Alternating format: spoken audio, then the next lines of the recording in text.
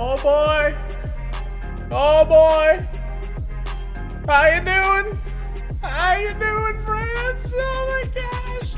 Yo, I got something fun. I got something fun. Chat, it's working. It's working partially.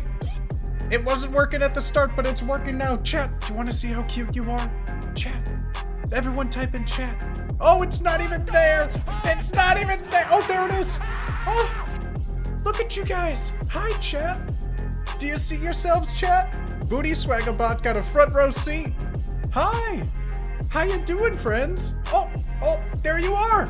Oh my gosh, all of you are here. Hi. Oh, look at you all. The gang's all here. What's up, friends? Oh, wow.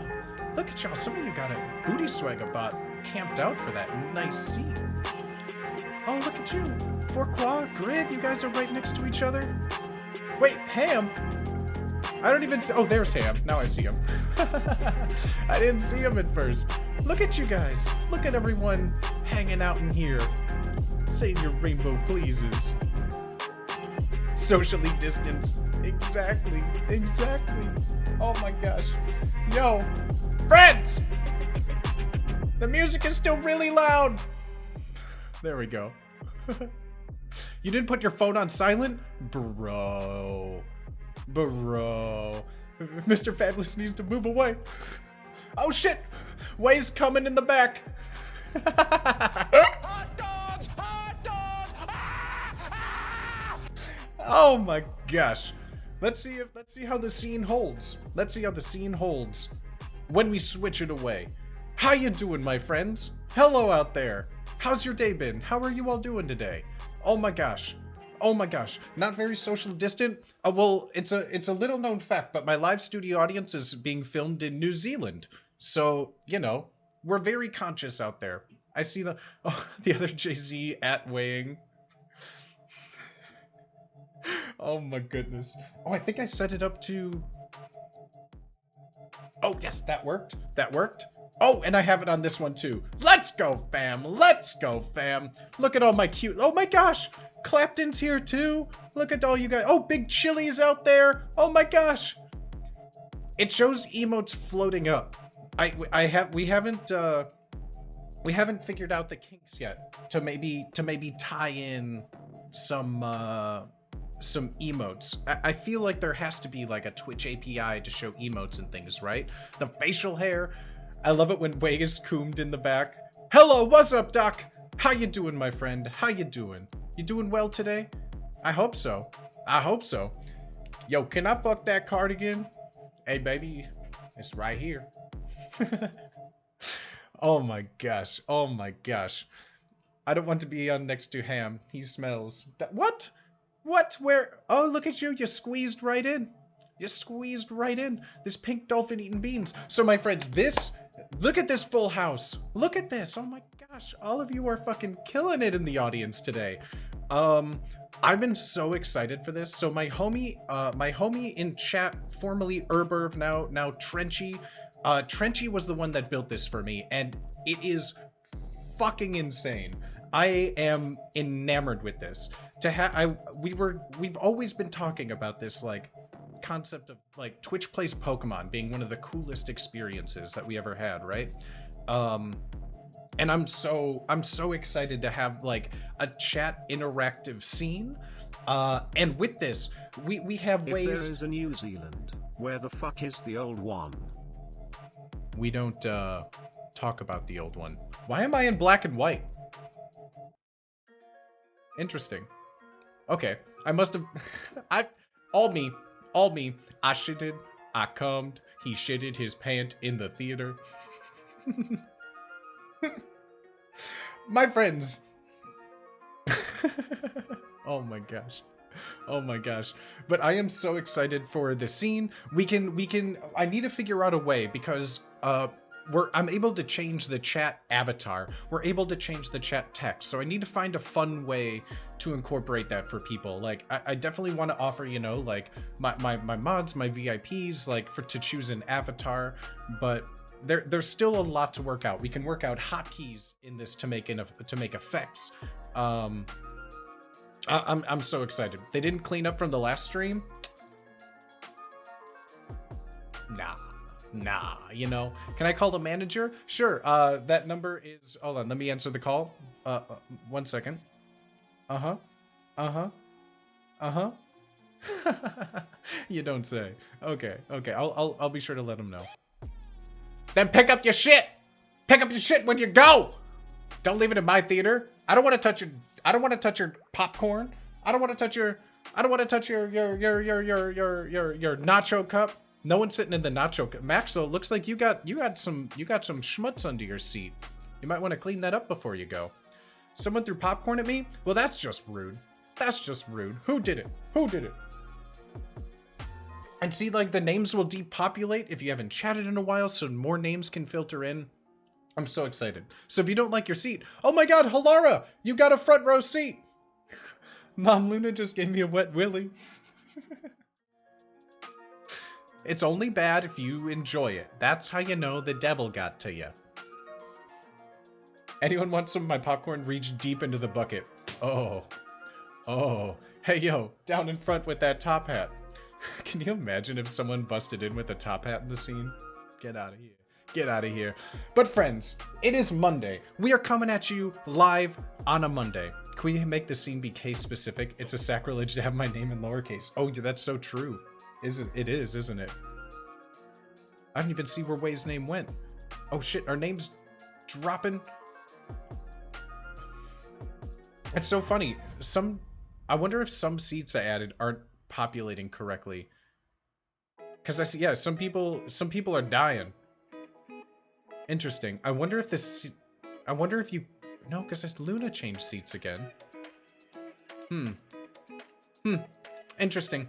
And bots. It's broken. Well, you know, there's a first time for everything. Oh, that's the wrong one. Let's go. Oh boy. But friends, oh, look at me. Hey, I'm on the television. Oh my. That's a beautiful flower we've created. But my friends, while I hide my shame and hide that one right there. Whoops. My friends, Ham, are you ready to get in here? Are you ready to hang out, my homie? I hope so, because I am so looking forward to this. My friends, all of my fam in chat, we have a special guest. All my guests are special, but this is one of the homies that took me into his community. And they all have accepted me with open arms. So like I'm enamored with this man. Absolutely 100%. So audience, all my fam in chat, even though everyone appears to be leaving, I don't get why. Something happened, I did something, but that's okay. I'm gonna bring our boy in. So a round of applause from chat as we come in here. We need some claps in chat because we're bringing our boy. As soon as I fucking, there we go. What's up, my homie? Through 1031, subscribe or gift sub to collect permanent K-pop emotes. Sing and dance with your fellow music fans. K-pop stans unite, is what Twitch is telling me on your channel right now. I don't know. Hi.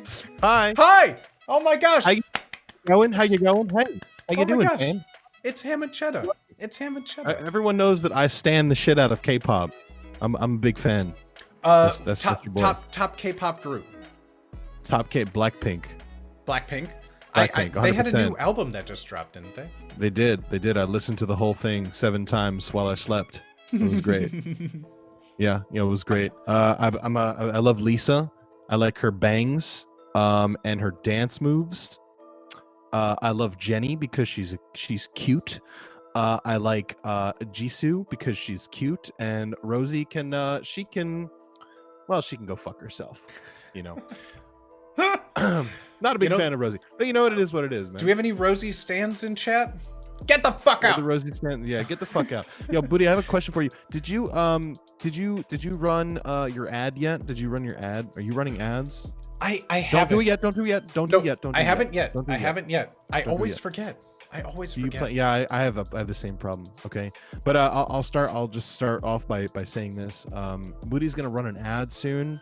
But you won't get that ad if you're subscribed to twitch.tv/bootyswagga. So if you drag your mouse cursor to the bottom right hand corner of the screen, you'll be able to not see that ad and also subscribe to your boy and support him.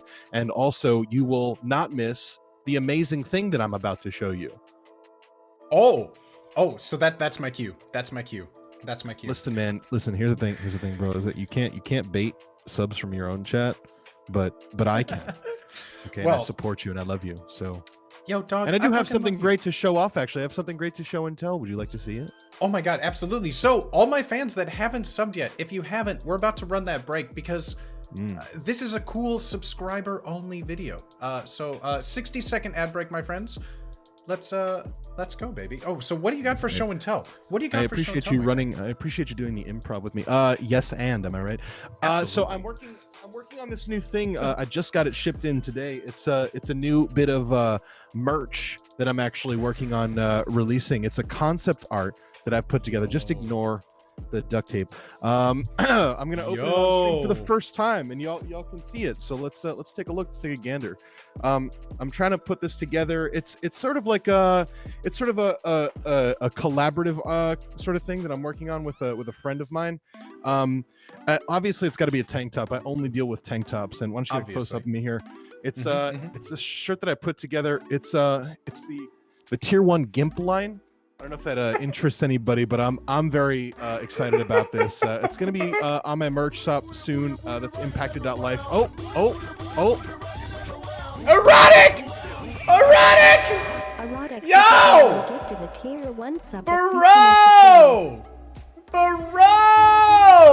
There's so many, dude. This man. Bro! Erotic superhero gifted a Yo! tier 1 sub to My Hanson boy! Thank you. Bro, how are you Holy piping in your audio? There's so much going on. There's so much. Erotic so much. superhero gifted. Okay. Oh my gosh. To spare the amazing Miss New Booty for 10 hours. I'm just gonna mute them. But yo, erotic superhero, my homie. Thank you for What your a G, support. man. What a G. Yo, Max said best bait in town. Max said best bait in town. You could say it is an accurate statement to say that I am a masturbator. I am. That's factual. That I would venture to say that you mastered the bait. Right. So anyways, listen, man, I know that you're probably a lot smaller of a man than I am, right? This is a 2X, but I'll send this your way if you want, right? I'll send this your way. A nice tier 1 GIMP shirt. You can rock it on your stream or whatever the fuck. You can use it as a rag. That's what I use it for. So just you let me know. Like, it's up to you, man. I'll send it your way. The first of its kind. You've heard it and seen it here first, folks. Tier 1 GIMP merch. Where can we? What's the website for that? Where can we find that? Oh, it's unreleased. Unreleased. Unreleased. Right now, Oh, actually. perfect. Oh, Yeah, right. It's unreleased. But I will say though, I find it hilarious that that Way just added the permitted term masturbator. So I'm glad to have facilitated that. One of these days, I feel for one of the fan fiction readings or one of the storytellings, I just want to read the list of permitted terms that have been allowed within the last week or two of this chat. We had you were there for the Coom explosion. Oh my god, yeah. There's so much coom. Unholy, he'll be praying for you. Which I do have to ask, now that I have you here in person, where and when was the first time So and proud why? of Booty for doing collabs with small-time streamers and sharing his spotlight with those that deserve it. Boys support boys. Boys support boys. But Ham, do you remember the first time you heard? All right, go ahead. Sorry. Do you remember the first time you heard that god-awful song, Cummy Lasagna? How did that come into your... Where did that come from? Because that offended me on levels. Right. No, it offended me too. I was in your chat. I was watching your stream because I'm a fan, believe it or not. And don't cry. I was watching and everyone was going on about cummy this, cummy that, cummy on my tummy, cummy puddle, cummy, right? And I just thought, you know what, man, I'm gonna kill two. I'm gonna kill two birds with one stone here, and I'm gonna support my boy while also, keeping to the cummy theme. So what I decided to do was, and this is the truth, I YouTube searched cummy song, thinking what could come up, and that was the result. Not happy about it, but it is what it is. You destroyed your YouTube algorithm for this channel. Thank you, my friend. Thank you for that my support. My YouTube algorithm's been dead for a while now. Okay, I can go through. My YouTube is literally right now. It's all sailing videos, little tidbits from slice of life animes that I watch, and a lot, mostly Japanese swimsuit modeling compilations. I don't know why that's happening. I honestly, I can't speak to it. I watch a lot of K-pop videos. I guess that's why it comes up. Okay. But I don't know. I don't know why it continues Is it like happening. Televised competitions, or is this like proud No, dad in the a background? No. We're talking about like cameraman, model on the beach, like going like one of these, right? Oh yeah. Just like videos of those photo shoots happening. And I can't for the life of me figure out why they're continuously happening. I mean, Figure if you keep watching them, the more they show up. I think that would be it. So not telling you how to live your life, but like maybe just like one day without them. So if you're saying if I stop watching them, then they're gonna go away. Well, if you want them, maybe just like open one. That way, it's not like if you open all of them. I think they're gonna stay there for a while now. They would be on my. Just for reference, you can send me a DM of some of those links. Just yeah. No, I'll let you know, bro. I'll let you know, bro. For sure. Absolutely. Absolutely. So, just to kind of bring, there's no holds bar. So my friend, thank you for being here. I appreciate you. Right. And this is a very much open dialogue. I'll ask you some questions. If you have any questions for me as I smash my mic, please ask them. Chat, you as well. All you cuties out there in chat. Oh, nope. Oh. Everyone left. Everyone's dead. Dead. There They are. I'll go back to the static one. We'll go back to the static chat. Oh no. Okay. It's not the talking one isn't working at the moment. I need to figure out. I'm still learning Unity as best as I can. Listen, I have to say, when it was working, I'm very proud of you. Okay. All right. And what was it? Was it Herber? It was Herber, but now Trenchy. My boy Trenchy in chat. Yeah. I'm very impressed with it. I like it a lot. And it's great. Yeah, I have a list of things that I would suggest to improve it. So. Oh my God! Yeah, absolutely. For one thing, this is and this is gonna take a little bit of like mod upkeep, but I was thinking it'd be really dope if there was like some sort of web portal that people can upload their own profile picture if they're subbed or something like that. That's like another sub goal, maybe, or not a sub goal, like a sub incentive, right? It's like if you're sub, you get to have your picture in the chat. That's you. True. That's you right there. That's your face. Like I think that's a great idea. But the thing is, like I said, would need mod approval because somebody could just OG mudbone you or something like that. Exactly, bro. And yeah, right now, like the ability to change that image can be done, but I would just have to go into Unity, change it, and then rebuild like the game for like the game capture. So like yeah, the different icons and things, and yeah, there definitely is room there. And my boy like worked. We had this like weird dream of like Twitch plays Pokemon. How do you feel about that? I think it was one of the coolest internet experiences I've ever had. So you're talking about how like the Twitch chat was able to like control a game of Pokemon? Yeah. I like the idea. It's just that I have no faith in a Twitch chat to be able to do anything like symbiotically or whatever the word is, like together. They're all gonna fuck each other up, and to me, like I have a weird frustration with that sort of thing. I think it's a cool idea, and I know that a lot of people like it. I recognize that it's a great thing to do, but holy shit, man!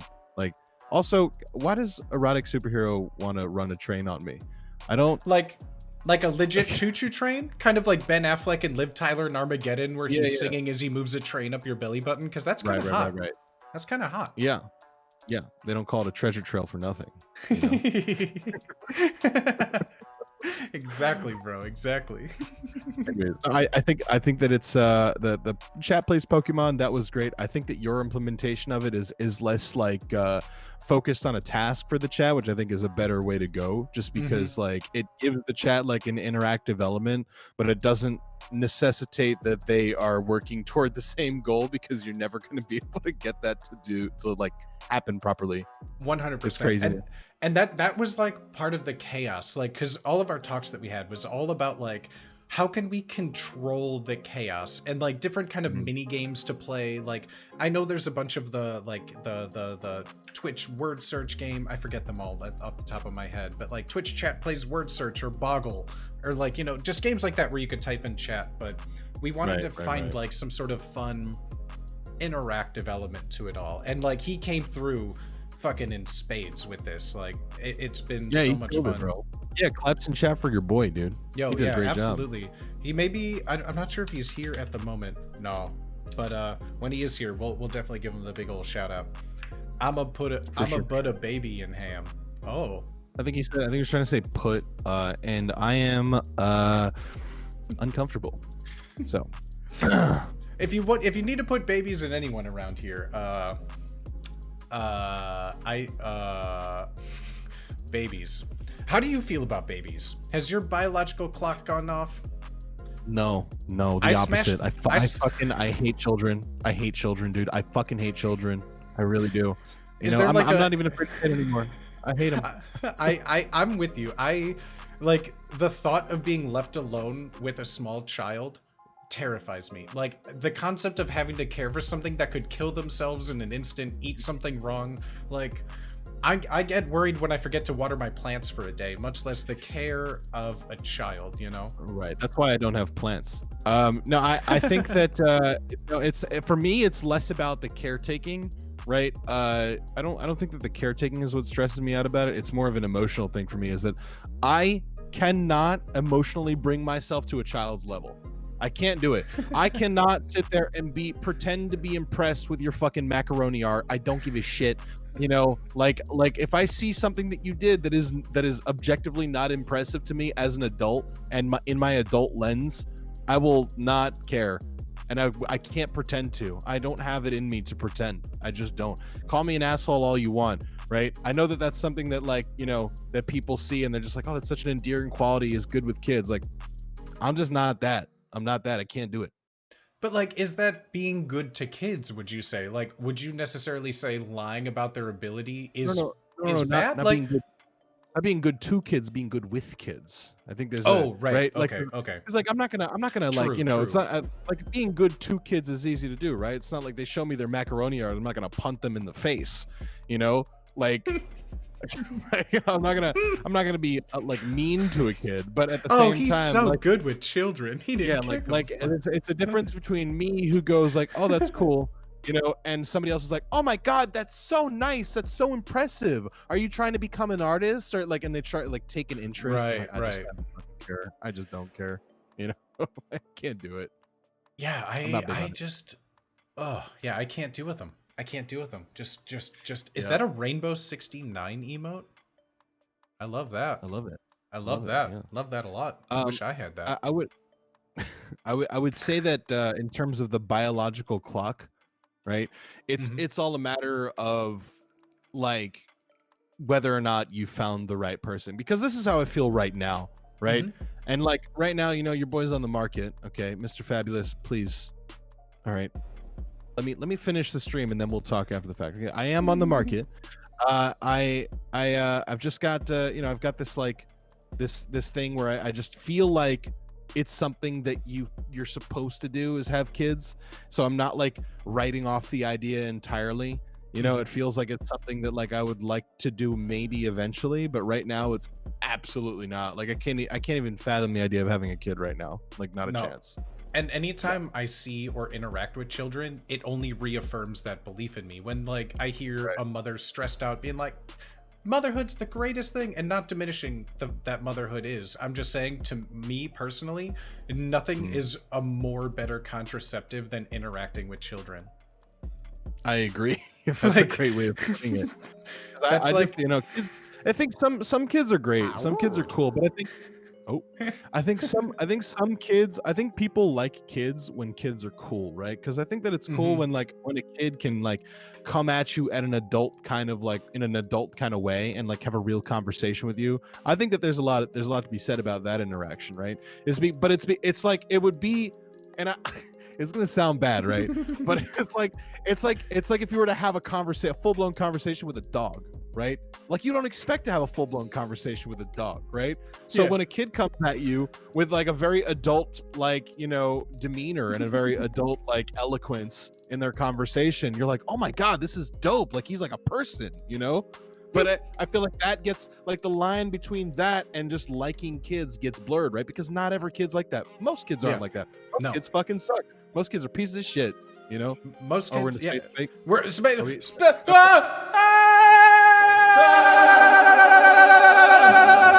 Oh god. No, I need Sorry. to, like I We're don't in the- hear your sound effects as much. Like it's like I maybe barely hear them at all, so I just, you know, figured I think if I'm talking, because I have them piped in to my same mic channel, so Right. there's probably something iffy going on Yeah. there, yeah, for sure. especially when I'm screaming. And this one probably won't work. Oh, you looking okay? it doesn't even work. It doesn't even You're work pretty on sick here. over there, bud. You're looking pretty sick over there, bud. Well, you know, Good for you. some nope, my voice changer still doesn't work. We have to do it manually. Well, fuck, this isn't working. I forgot what okay, it's over. I forgot what I did. That was Listen, you're trying your best. It's okay, man. It's my first day. I don't know what to do with my hands. I'm doing just fine, gonna you're doing fine. they just slowly creep Oh. up. Are you the kind of person who doesn't know what to do with their hands, or is it just me where like in public sometimes they just like, or if like I have a like that, I try to hold things in my hands like a beer. Like I'll double clutch a beer bottle at a bar just so I have like some grasp on things, you Right. know? No, for sure. I think that for me, like it is so illegal to smoke marijuana, right? I've never done it in my life. I've never inhaled. Okay, but if I were to, and if I were to do it like in a video game or something, Exactly. I think that like one of the things I'd be most paranoid about, apart from worrying about whether or not everybody in the room hates me, is whether or not what I'm doing with my hands makes sense. Right? I get very like weird about like whether or not like my hand positioning is normal. You know, because like it feels like there's no normal, like if I feel like you can just relax your hands and like you're still weird. Like there's Yes. these weird extremities that like, you know, have such a weird like conscious about them. I think about that way too much, especially like my shoulders. Like I'm always like, are my shoulders really high right now? And like I lower them, I'm like, wow, they were really high. And like I feel like I could constantly keep lowering my shoulders because I keep rising, or my hands just float. Or like if I'm like the worst one is like I'm walking, minding my own business at a red light, and like I walk up to a red light with a bunch of cars already parked. Do you feel self-conscious? Like how do I stand? Are my hands in my pockets? Do I like look You over walk- the cars? I don't walk up to a bunch of cars at a red light, but You if don't I- have like a cup asking for money? Just me? No. Okay. no, I'm doing. Is everything okay, Booty? Are you? What's going Oh, on, I'm man? great. I mean, I have my internet friends. I have my bridge friends. I have Gotcha. my river friends. Like I have all. I've never had more All friends. manner of friends. I got you. I got you, man. Yeah. I but like body language is just a very weird thing for me too. I don't think that we're very different in that way. Like I get very awkward all the time. Like I think that I kind of like I portray, especially on Twitch and like, you know, in my online persona, a very confident, very like, you know, here and able to deal with anything kind of individual. But Mhm. like you put me out in the real world in front of real people, like I will break down. I will worry. I will like get conscious and I'll get cagey. Like just being out in public, like especially COVID times too. Like this is something that I've been very open and discussing about lately, is just like how I feel like I don't even know how to do like real life social interaction anymore. You know, I struggle with it. Recently I was able to go out to like dinner with some friends, and that was nice. It kind of like brought me back down to that level. But holy shit, man! Like I feel like the idea of being around people just stresses me out because I just don't know how to like present myself anymore. I don't know how to do that. For real, I've said it, like, I've never felt more comfortable going out in public because, well, the winter may change things, but even more so, I find comfort in winter because, like, I have a mask on, no one can see my face. I have sunglasses on, no one can see my eyes. Like, everyone is staying 6 feet away from me, and so I've never felt more comfortable with, like, people out looking at me, you know? Like, I can just walk down the street and everyone is completely covered, and I'm just like, great. No one can see, like, because I bite my lips in public. Like, I have, like, weird little facial tics when I'm nervous, and I feel like... Yeah. I feel pretty safe when I go out in this weird quarantine time. But then again, I'm always awkward. I think when I'm just like in transit and when I'm alone, because you could be alone and in public, right? If I'm alone and in public, I'm fine. You know, like I just went out earlier, I got a salad, you know, that was fine, not a big deal. But like if I'm like going out and I'm in public and I'm like with people, like I'm in a group of people, especially a group of people I don't know, like oh my god, dude, like because right now, like I used to be able to do that, take it in strides and shit, but now it's just like fuck, dude, like I don't know how to, I can say the F word, right? Fuck yeah. Okay, I'm just making sure. Oh yeah. Can I say the R word? Let's go for it. No, ridiculous, bro. Ridiculous. Okay, so ridiculous. Ridiculous. Did you say let's go for it? Oh my god, I would never come at you with something so ridiculous, so bold and so brave. And so bold. Yeah. Not the R word. Oh my god. Ridiculous. That's oh shit, I did it again. Listen, man. It's all fun and games. It's all good. 100%. And that's actually one of the questions that I do have, because I'm very fascinated with words and with like etymology of words, and more importantly, like what words mean to people. So that kind of being said, like, what's your favorite word? Like, going beyond swear words for the moment, but like, yeah, your favorite, the one that you like, that makes you laugh, that makes you think of something, it like brings back a good memory. Like, do you have like a favorite word? That's such a good question. I don't know. I think that, so sometimes like I will like you know how sometimes you just kind of dwell on like a specific word, like you keep coming back to it, right? Oh yeah. Like you'll kind of be in like this position where like for this week you keep saying this one word, you keep saying this one word or something like that. Like that happens to me pretty regularly. And I think for me right now, it's not like I don't have like a specific word that happens for, but I think that like I have like specific phrases that I kind of keep coming back to, you know, like specific things that I think right now I say the words "in any case" a lot, which is just weird. I don't know, like it's just like a weird like verbal tick almost, like you keep kind of saying the same thing over and over again, you keep kind of like falling back on that. And I think it's funny too, because a lot of times you get that from other people, right? Like you'll just be hanging out with somebody and they keep saying this, then now you keep saying it. Like that happens to me all the time. 100%. Yeah. That happens And that all the language time. through like osmosis, you know, like things that suddenly sure. appear in your life that they just slowly integrate. And I love things like that, especially like in any case. I don't know. Yeah, that's like such it's such a fun it's phrase, one of, though. it's one of those like transitionary phrases, right? Like is another one that I used to say at the end of the day a lot, and I still do kind of, right? It's just like part of my vocabulary, like part of my, you know, my linguistic je ne sais quoi, right? It's something that I used to say a lot, and I remember my ex-girlfriend, by the time we like were together for a while, like she said it all the time, you know, all the time. Like she picked up on my like linguistic, you know, traits a lot. So my vernacular, that's a great word. I like Ooh, that. what a good word. I love That's that. a good word.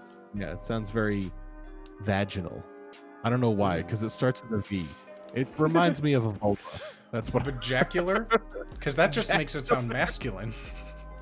Vajacular is just okay. Let's just not. Can I We're want to like- change we're- my new favorite word. We're steps away from going down the cummy lane again at this point. And that's very that's the tightrope we walk. That's the very tightrope we walk. I feel every stream. What up, Yeah, Haboso? yeah. Good to see you, my Like, friend. when are we gonna go down that lane? You know, when is that And gonna happen? I feel like it's only a matter of time. Like walk my rope, ooh woo. God damn it! See what I mean? We're one step away from pure. Lunch dressing, Un- nah, cummy salad. oh Mm. no! Okay. Those were Alright. croutons. If you catch my drift. What's your favorite dressing? Like, what if you could have any dressing on? If you could only have one dressing on every salad for the rest of your life, what would it be? Like, that's so hard. But the one that I still stand by is that salad is a vessel for eating ranch dressing. Like, I love ranch dressing. And, like, I don't like eating it on salads as much because I really like just like oil and vinegar, just like a classic with like a little salt and pepper. Like, that's really good. But at the end of the day, like, There it just is. a fat salad with just a bunch of fucking ranch dressing. Goddamn, it sounds so good. Yeah, and I think for me, like, ranch is one of those dressings where I like it the most on things that are in salad. Like, I like it with Mhm. celery sticks. I love it with wings. I think Oh, that yeah. to eat wings with anything other than ranch is just kind of sacrilege for me. Facts. You know, Facts. like fuck blue cheese. I don't No. get that. I don't I get think it. blue cheese ruins a good chicken wing. It I does, think it does. You know, but for me, for a salad, I like to have my salads at least feel kind of healthy when I eat them. You know, Mhm. and if you're literally just dumping ranch on it, like, I mean, yeah, it'll be good as fuck for Right. sure. It'll be great, but Right. it won't feel like a salad to me. It'll feel like I'm just eating a tub of mayonnaise. Like, Exactly. So- and that's why I so- can't, like, I love it, but I know that it's not good for me anymore, Mhm. you know? But Yeah. goddamn, if it just doesn't. That's what I mean. Like, salad would be a vessel for eating ranch dressing for me. So for me, like, so there's this, like, it's closing. It kills me now that it's closing down. But there's this spot. There's a lot of spots in New York City. You know, I'm from New York City, right? Mhm, And mhm. I want to get like, you and I we have so much to talk about with regard to food, right? Because when Bro. you and I were on Shoot Your Shots channel the other day recently, like all we did was talk about food for a while. So I have so much to talk about with food. But in New York City, there's a lot of like lunch spots, right? There's a lot of Yeah. there's this place, I can't even remember the names of them because it's been so long since I had to go to them. But there's one spot called Bread and Butter that's like, it's very typical type of like lunch spot in New York. So they have like, it's almost like a food court, right? Like there will be a salad bar, there will be a place where you can get like a noodle dish prepared for you, like made to order. There will be a spot where you can get like a sandwich made. There will be a spot where you can get like a quesadilla or whatever. They have a whole spot where you can get like Korean food. They have a spot where you can get like ramen, you know, and it's all like the same business under the same roof in the same building. And they also have Hell like a yeah. buffet, right? But what I would do very often is I would go there. I'd go to their salad bar, and like the most, like I could eat this every single day for the rest of my life for lunch and be happy with it. Was like a nice mixed green salad, mixed green and like a little bit of romaine, you know, to give Oh, it some yeah. crunch. Mhm, And mhm. then I really like savory ingredients, right? So like black beans, onions. Obviously, I like onions Oh, a lot. yeah. Raw Yeah, onion? raw, You like some raw oh, onion, yeah. raw onion, Oh, like yeah. like Oh, like yeah. from the actual onion, like biting straight into it, you know. Mhm. You know, like I'm Shrek, something like that. But like red onions, black beans, grilled chicken. I would get like chickpeas sometimes. I really like sautéed mushrooms, you know, Mm. like grilled mushrooms. Those are great.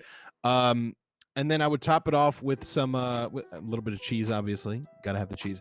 And then Love it. also maybe like a low fat Italian. Like that's what I would hit it with, you know, something that like doesn't make me feel like I'm gonna die, but also has Mhm. some like really good flavor with it. I love Italian dressing. I just had it with my fucking salad for lunch today. And in Mhm. fact, I'm sort of ecstatic because the supermarket around the corner from me, which I just decided to go to today, has a salad bar, and I just passed by it every time. Didn't know that they even had one. So I'm gonna try to hit that up more regularly now too. Yo, I like a I good fucking salad. love that. I love a good salad. I love a good vinegar-based sauce or dressing. Like I love hot sauce, and like vinegar-based sauces, just those do things to me. Those do very good things to me. I was just saying the other day to somebody, that when it comes to hot sauce, I prefer to be less of the vinegar flavor, because I don't know, something about that flavor specifically doesn't really jive with me. So I think that like I would like it to like my favorite hot sauce. I don't know if you've ever had it. It's called Valentina, right? Oh yeah. It's so Valentina extra hot, like with I have the black. Yep, I have the black in my cabinet right now. So good, so good. I could drink that shit. I Yo. could drink it. It's so fucking good. And the so flavor is good too. Like I put that on like yeah. my little like frozen pizzas because just that Right. little bit of flavor is, oh my god, I can't get enough of it. It's Can't get not enough too of it. hot. It's not too hot at all. It's just really good. That's Yeah. all it is. You know? So like Yeah. I would hope that more people would try it and it wouldn't turn. It's also cheap as shit. It's like $2 For like a for like liter. Yeah. Yeah, like it's crazy, man. I love It's that amazing. shit. Well, not for me. I mean, I'm New York City prices for shit like that. It's just Ah. ridiculous. But yeah, $2 for a regular size bottle is also pretty fine for me, I would say. Yeah, I got mine on special. Like I live right next to this little like co-op grocery store.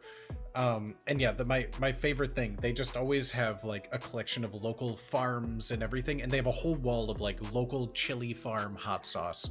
But they also have like, you know, Valentina, they have Srirachas and all the big names. Sriracha's good, but not on everything. I don't know how people put sriracha on everything. It's a very bold flavor that takes over everything. Right. I like it on avocado toast. Mm-hmm. I really do like it. And also, I think that, I mean, one of my big things is that if you are going to eat avocado toast, you owe it to yourself to eat it with hot sauce. I'm gonna Hot try to find sauce, a photo. little Malden salt. Like, I feel if you're doing that, it needs to be big. It needs to go there, you know? Like, I want, like, Yeah. big old peppercorns crumpled on top. I want, like, big Absolutely. chunks of Malden salt. I want, yeah, like, Calabrian chilies. I want, oh, yeah, I want it to be there. I want it to take me there. I would pride myself when I was like, you know, at work. I just found a photo of this too, and I need to like send this to something somehow. Goddamn, copy photo? Maybe, I don't fucking know. Whatever. Copy photo. I'll put it in Discord, or I'll try to. I'll put it in our DMs. The whole thing is like paste. Bam. All right, so check your DMs right now. Like, this is the kind of shit that I would make it work, right? I'd like actually cut up an avocado. I don't know if that's something you could show on stream right now, right? But like, I'd cut up an avocado, right? I would mash it up. I'd put it on some like toast, you know, and I'd make like a nice, cute little design with my fucking yeah. sriracha dots, and put some salt and pepper on it. Shit was good. I love Those that little shit. That was like, sriracha dots. yeah, that's how I would just literally make a grid of sriracha dots. Like, It's that's like how I a would it's like a Zen garden of avocado there too. I love that. Oh, Absolutely. Fitzy's here. What up, Hey, Fitzy? Fitz. What up, boy? How you How doing, you bro? doing? How you doing, bro? Yo, man, you know what, We dude? got all their stuff open there. I Wait. don't speak for Fitz, bro. I don't speak we for go. him at all. But like, Fitz is a good dude, you know. And if you're looking for people to do this with it, like, you should talk to Fitz, bro. He's great. Fitzy was on the first official. Stop it! Stop it! And I missed it. Fuck my ass, dude. Fitzy was on the first. The first, was it the second? No, it was the first, because I think I had tried to do like multiple guests kind of a thing, but then I just really liked having one guest that I could just take my time with, without having Right. to rush through. But yeah, I really would like Fitzy would be fun to have back for like a full day. Yeah. Because yeah, we only had a little bit of time last time. For sure, man. For sure. But yo, avocado toast. Let's get back to that. Yo, I have 5 avocados in my kitchen right now. I'm so excited to fuck them up, dude. I got avocados, I got toast, I'm ready to go. I'm so excited about it.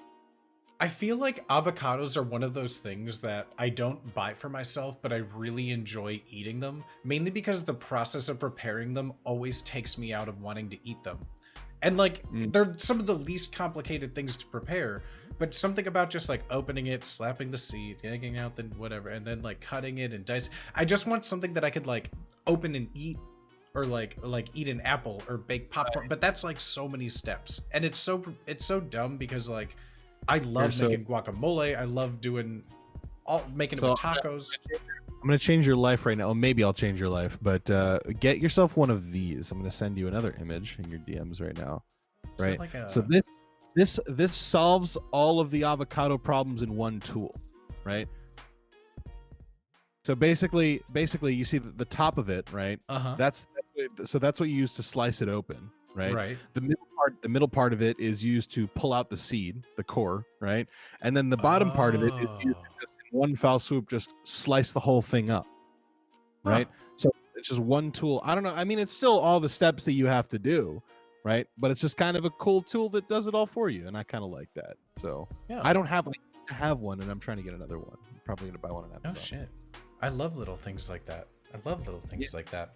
So like fucking tools, you know. I was gonna okay, so that brings me to this. Someone asked me this last time and I'm very curious. What would be What are you doing, step bro? Hold on, Ham. I'm sorry, one second. Now see you got me in the rock scene! Sorry. I'll deal with this. Hold on one second. She wilded. What are you doing?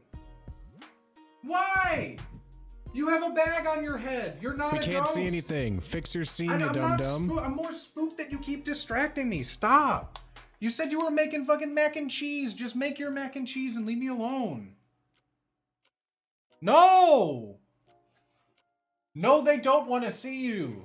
No one wants to talk to you. Can you please just move out? Hi. Sorry. She's I would always say fucking- nobody. Oh. I mean, like, you know, Well, no, well, they're Mac. not you. Sorry, I need to turn off my speakers. Okay, What's her we're number? good. Okay. let me holler. Her number is 4.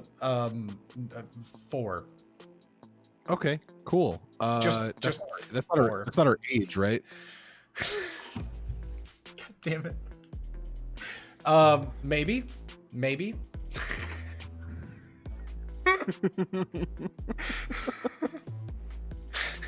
Sorry, I know you couldn't hear the sound, but Yeah. here, Yeah, I'll do I- it. Do it one more. There you go. It gets me every fucking time. I love that. That's why it's Like- a regular. It's one of my. It's a close hotkey for me. Like, What? So you have your hotkeys? Are you like a? Do you do control numpad stuff? Do you just use like your numpad on its own? Is it like an amalgamation of that and the twiddler? And I mean, if you want, I can go through it right now and explain it to you. But like, I'm always it- fascinated with like how So- people's setups so work. so on my keyboard, right? I've got I've you know, obviously I've got a control key, an alt key, right? And I've got a numpad, right? So my control and my numpad switches between my just regular scenes. Bam, bam, bam. There you go. I've got this camera, right? I've got this camera. I've got this camera, which is the IV cam, which isn't running right now, and then I've got the GoPro, which is over there. Right. So those are, and then I've also got like my desktop, that's my desktop right there. Right. So that's all of that. And then I've got my alt keys. To wish extol ego Cisco in micro ego to isn't ego quack into whack. Fuck. Oh my Mr. God. Fabulous will start typing, and then whatever the first autocorrect word is that shows up, he'll just fill that into these amalgamations of sentences. They're amazing. I love that. My alt keys, my alt numpads, do my, which is Oh, the sound cut out. hello. Oh, there we go. There we go. I hear you. Yeah. Oh wait, it cut out again. Like one of those hotkeys is like mute. But it Oh, doesn't show my you're alt- muted. My alt key is my mute key. My alt key is my mute key. I forgot to mute. It's because when I play games, and this is a pro tip for anybody, by the way, if you're playing video games, right, and you're like in a group of, like you're in a call in Discord with a group of people, but they aren't all playing the game, you make your push to talk button in the game the same as your push to mute button in Discord, right? That's what I do. So my push to mute in Discord is my push to talk in game. That way I just hold the alt key and then I'm talking in my game, and then I come back into Discord and then I'm talking in Discord. Yo, that's a fucking 10-head move right there. So I'll try to hold on. I'll hit the alt keys and I won't talk in between. So alt 3, that brings up my Discord call with like a group of people, right? Alt 4 brings up my desktop. Alt 5 brings up song requests, and then alt 6 is alt 6 is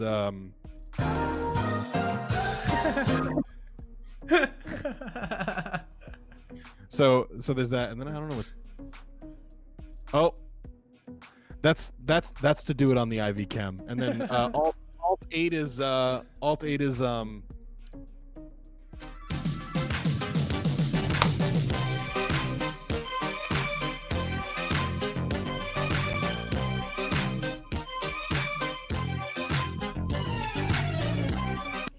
and then yeah. Oh, Alt 9 is the slideshow for the so that's all of those things. That's the basics, and then I've got for all of like my other shit, like those are control, but like not the numpad, but like the actual like number on the number line. But I control it with my mouse because I've got like, you know, like numbers on the mouse. What are so those like if MMO mouses? Yeah, Nice. MMO mouse. I do control 1, it brings up the hit markers. Control 2. Wait, hold on. Sorry. Wait. So then, how it feels to chew 5 gum. Stimulate your senses. and then we got the control 3, which is Howard Please. We got control 4, which is a gnome. We've got some COD shit. We've got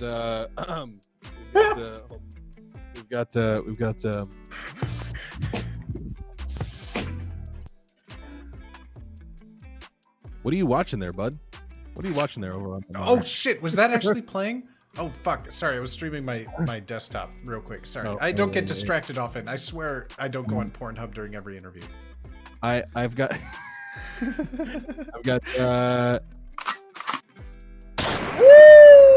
Are you gonna join with me? Bam! You know what time it is! Damn, son, where'd you find this?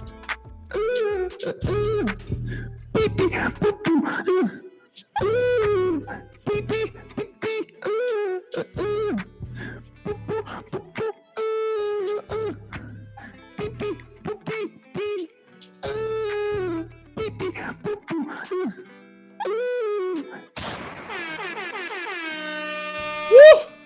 Oh man, I tell you, So that's that gets your control. blood going. That's a Oh, yeah. fucking blood pumper right there. Trying to see what's next. Hold on. How it feels Oh, to that's that one, and then wait, hold on. Sorry. This one too. Yeah. Situational versatility. That's still up right now. You know, so we do that too. Situational versatility. Versatilities. Versatility, situational versatility. White people dance like that to every song ever. Situational versatility. Situational versatility.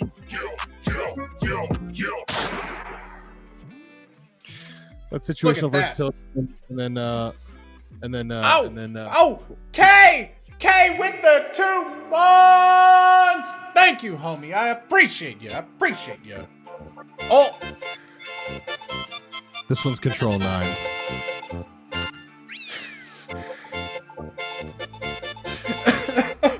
yo. Oh yeah, that's right. Of all of my hotkeys for that's the only one that loops. So, because you never know how long someone's gonna be racist for. You never know. It's the Yeah, song that gets me. It's the song. Is that the Super? all- Is that the Super Nintendo Mario Yeah. Kart 2? Yeah. No, I think it's Mario Bros. Yeah, but Oh, all okay. of it is also mapped to the Twiddler in different ways. Like all of those key combinations are mapped to the Twiddler. So Yo, that Twiddler is like a dream. I feel like when the day comes when I have a bigger space and I drop a green screen for a bit, like that Twiddler just seems like fucking magic. I got hooked on that with like Sushi Dragon and watching him with like the dual Twiddlers and shit. it's great, dude. It's great. It gets the job done. Listen, man, here's the thing, right?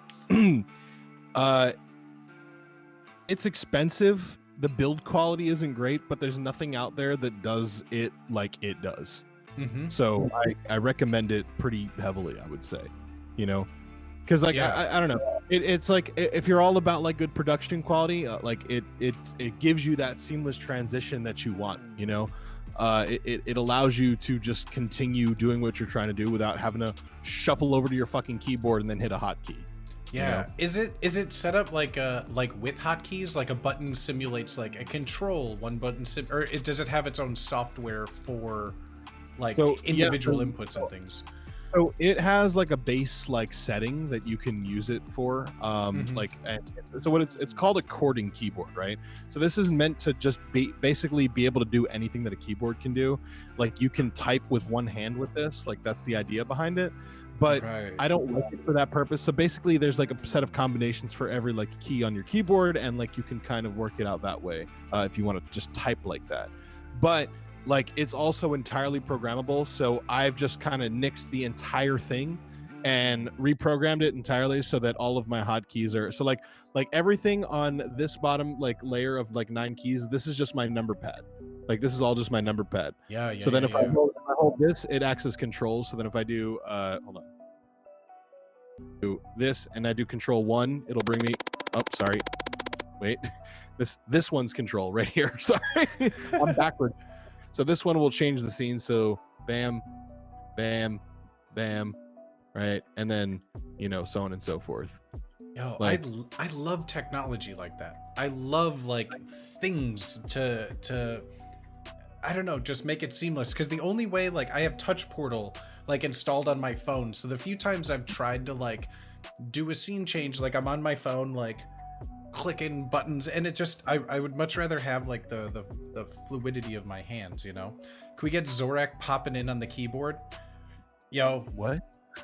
I wish, bro.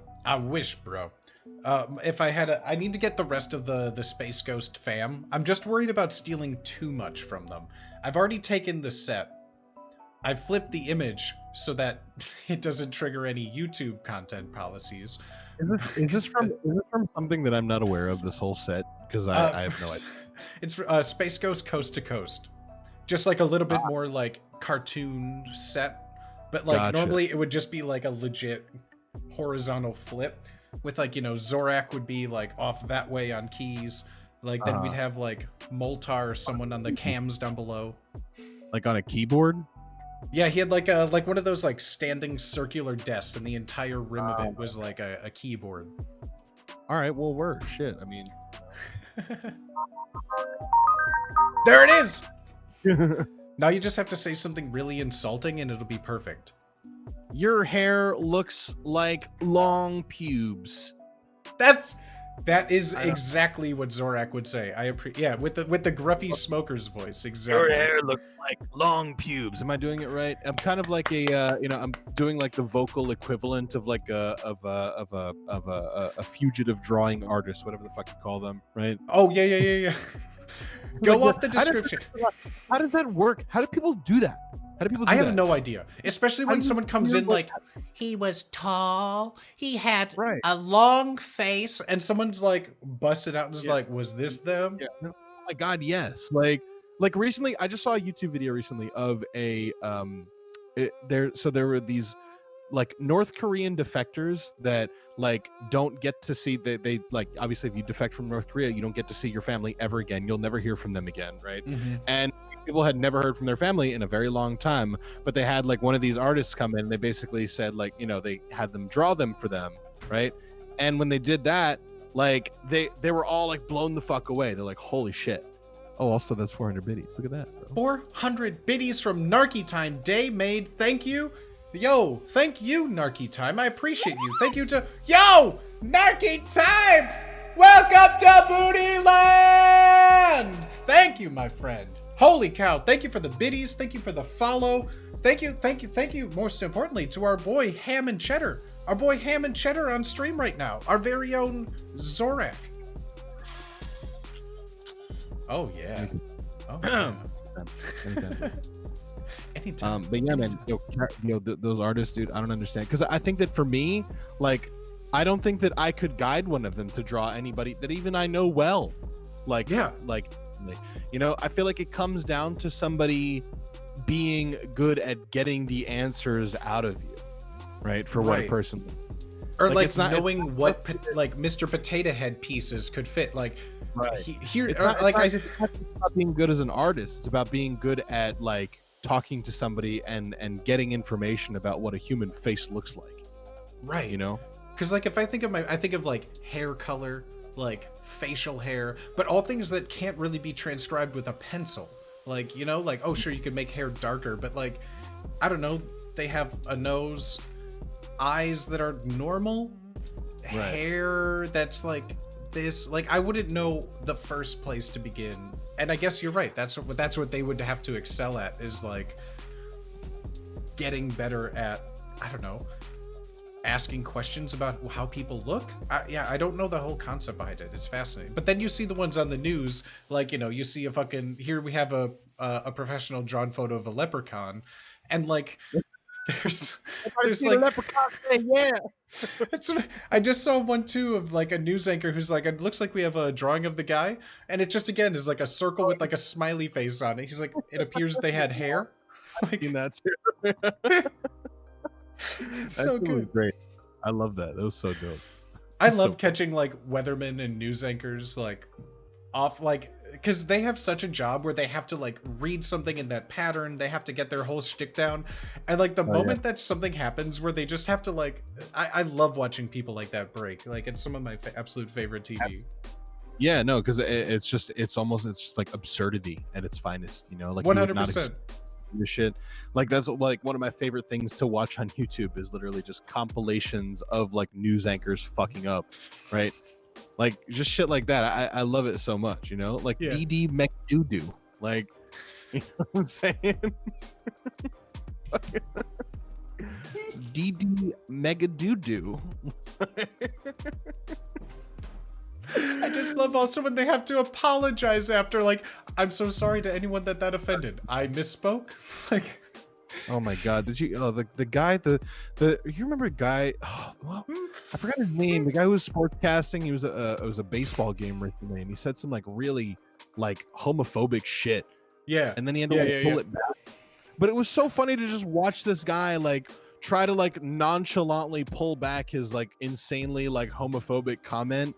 Right, yes. like I think he used like the F gay slur is what he used, right? But then like later he's like apologizing profusely. He's like, oh, I'm so sorry about what I said earlier. It was so terrible. You know, I would never. Everyone knows that I'm a Christian man. As here's a drive to deep left field by Castellanos. It'll be a home run. That's what I mean. It was dropped so effortlessly. Like it wasn't like it was like he thought about what word Speaking can I of use. News anchors, never forget the weatherman who pronounced that long jumble of letter for a village in Norway.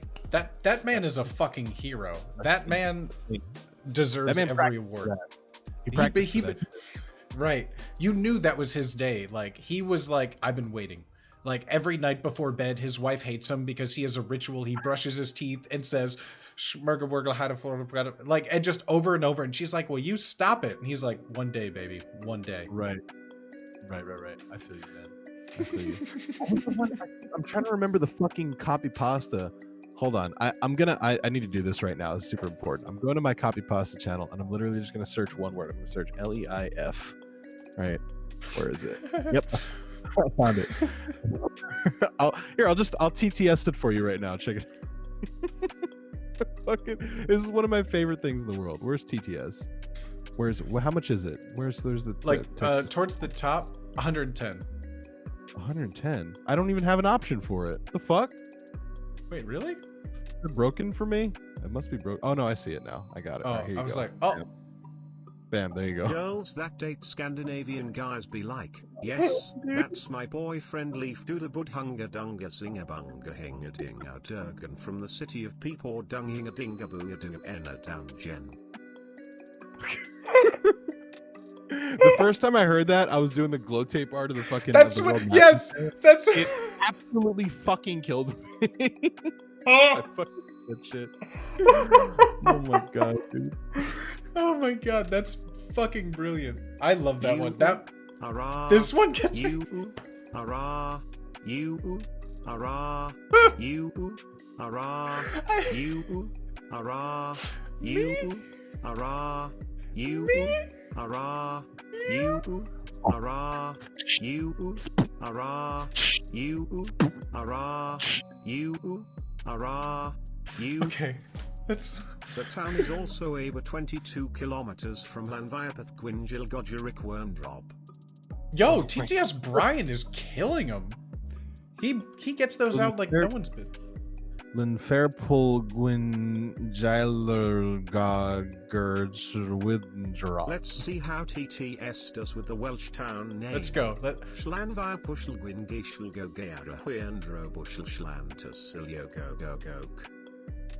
I mean, I couldn't do better. I couldn't either.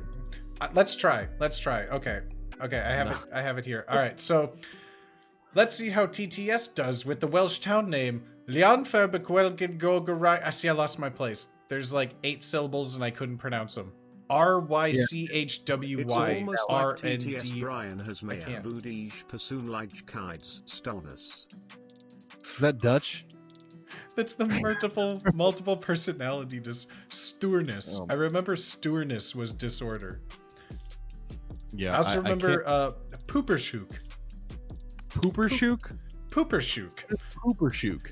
Poopershoek is a town in the Netherlands, translated to Pooper's Corner. Really? So it's actually the shithole of the Netherlands. Is that what you're saying? Poopershoek. We were Hubosa pointed it out, and we were trying to pronounce it live, and then she gave the Dutch lesson when I was in VC the next day of how to actually pronounce it, and it Right. stuck. Poopershoek. Poopershoek. I remember like, when I cause- was in class in 3rd grade, we learned how to say the word desk, and it's pupitre. But everyone kept saying poopy tray, and that was funny because we were in 3rd grade. Pupitre. Poopy tray. Pupitre. I feel like it's like the happy butler.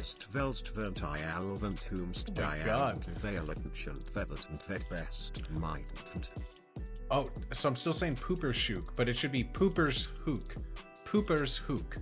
Pooper's Hook. Pooper's Hook. Pooper's Okay, Hook. Good to know. to know. Good to know. Very good. I need to be sure I'm saying Pooper's Corner with the correct diction. Oh, there we go. We got clips. We're learning Dutch. Someday, Pooper's Hoek. someday when I go back to the Netherlands, I would love to go visit the Pooper's Hoek town or whatever. Bro, can you imagine like getting an Airbnb in Pooper's Hook? Pooper's I would Hoek, love yeah. that. I'd love that. Wonder what the pooper's like in an Airbnb in Pooper's Hoek. I bet they You know? got some great toilets. Very accommodating, yeah. That has to be on their brochure. Like, Pooper's Hook. You won't have a better shit.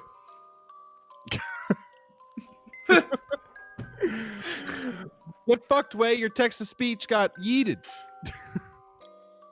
It did, and in my head, a new song just played on Spotify, and it sounded like little Christmas chime bells, and I was so confused because of all people, how Way got TTS Brian to like imitate bell chimes was beyond me. I think.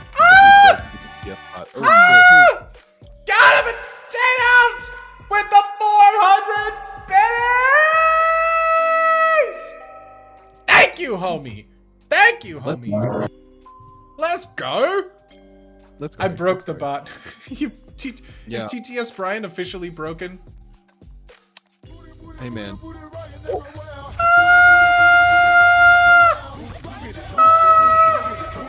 Dancebro, do you like Yo! what you're seeing? Be sure to click follow and turn notifications on. Join the Booty Club today. Booty booty booty booty of Dance Bro. Dance Bro! Thank you, Adam! Thank you, my homie. I appreciate you. Hello, Is it it is I, Brian. We got it back. Speaking from the dead. We got it There back. is an imposter among us.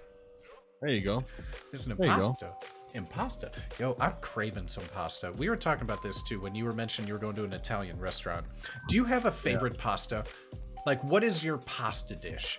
Like, if you could Like- only, it's so hard to say if you could only have one. But I'm saying like noodles or like, you know, like ravioli, just pasta dish. Like, do you have a favorite? I don't think that it's a kind of pasta that I stick with the most, that I really like the most, but I will say that with confidence, my favorite like sauce that's ever existed anywhere, anytime by anyone is pesto. I fucking love pesto so much. Pesto's like my favorite thing. So if I go to any Italian restaurant ever, right? Like they'll have this on the menu, this on the menu. Oh, so well known for this, so well known for this. It's great. Like they got this amazing chicken dish, like falls off the Cummy fucking bones. lasagna. But they got cummy lasagna, right? But Pesto They got- cummy lasagna. they got Well, how does that pesto make you cummy feel? lasagna. Like I will drop all the other shit for the pesto. I fucking love pesto, you know? Mhm. With Pasta matzo anywhere, balls, mac and cheese, penne alla vodka, bro, chicken parm. It's so like it's one. I can't ever choose my favorite meal. I can't ever choose my favorite Stuffed food. globvioli. Yo, I fuck with some pesto. Like some pesto with some like rotini, or like Right. even like pesto with like a cheese ravioli. Rotini's great. Rotini is great for pesto. Because there are pastas that are Fuck, good for my like. fucking mom caught me with the neighbor's tarantula. I dressed her in my sister's skirt and went to fucking town. She hasn't said a word to me in 10 hours and I'm worried she's gonna take away my Xbox 360. I might not ever get to see spiders again. My Isn't God. come pasta basically penne alla feta cheesy? Oh God. Penne alla feta cheesy. Oh. Penne alla You mean- fromunda cheesy. Fettuccine Alfredo. I remember my dad always used to refer to fettuccine Alfredo as heart attack on a plate. He's not wrong. It's so good though.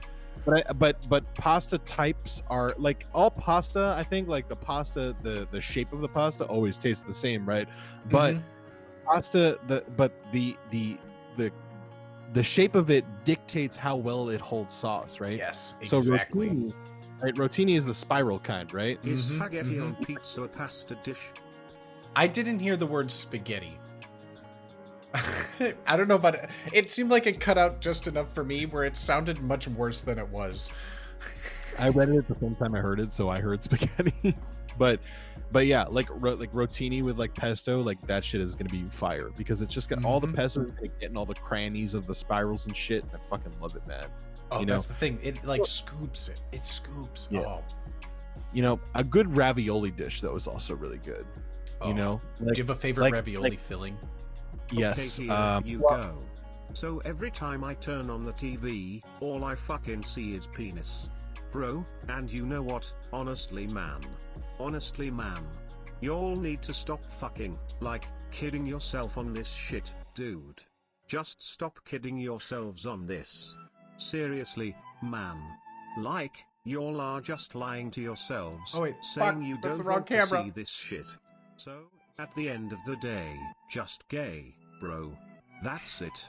That's it, bro. Honestly, dude. Honestly, bro. There's nothing wrong Bro? with it.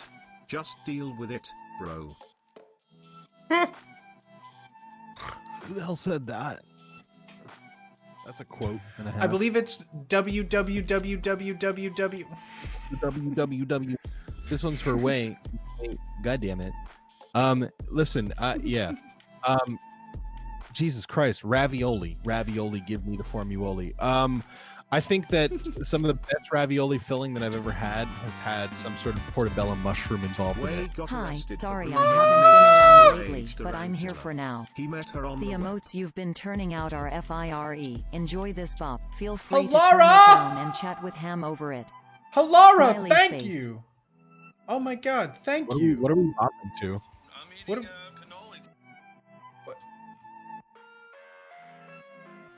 What are we gonna bop to? She says she gave a bop. What's the bop? I'm trying to think. I'm ready. I think it's through my desktop audio. It's Suburban Cradles.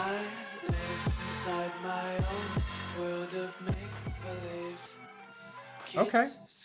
I'm feeling you. I'm feeling you. Thank you, Halara. I appreciate you, my friend. It's good to see you. I'm happy you're here again. I hope you're doing well. It has been a minute, but you're all good, my homie. I'm happy you're here now. This is a bop. This is a bop. I like this. I like this. I'll keep it down to, you know. I think that should be an okay level. I think that should be an okay level. Oh, you're fine. You're fine. You're good. Yeah, man. So like, but If you're any happy, portobello you know it. Clamp your hams, clap, clap. Oh God. Yay! I think that one of the best pasta dishes I ever had though was a truffle ravioli. Oh fuck. It's the spot in fucking, I don't know, it was in Paris, so, but it was really good. Bro, the one thing I've always wanted to try, one of my friends used to travel to, like, before Corona, obviously, like Europe twice a year, always different cities, always trying different restaurants, different cuisines.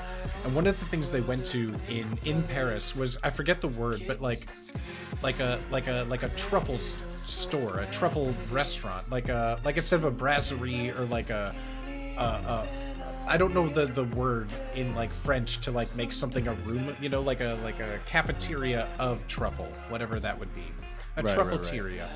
But everything was all truffles, all different types, in all different ways, and that sounds. I love truffle, and like a little bit goes a long way for me, but at the same time, I've never just had like truffle explosion in my mouth, and I really want that. Bro, I like there was a truffle risotto that I had. There was a truffle risotto I had one time at a restaurant in Paris, and I remember just dying. Like I love me a good truffle. Is moist oysters. Moist Oh, hey, oysters. Scott. What up, Shoot? How you doing, bro? Did we show him the new merch line that we're working on? Have you seen the new merch? It's crazy, dude.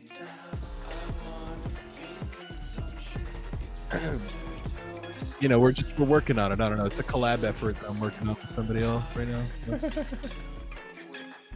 Just in the prototyping phase.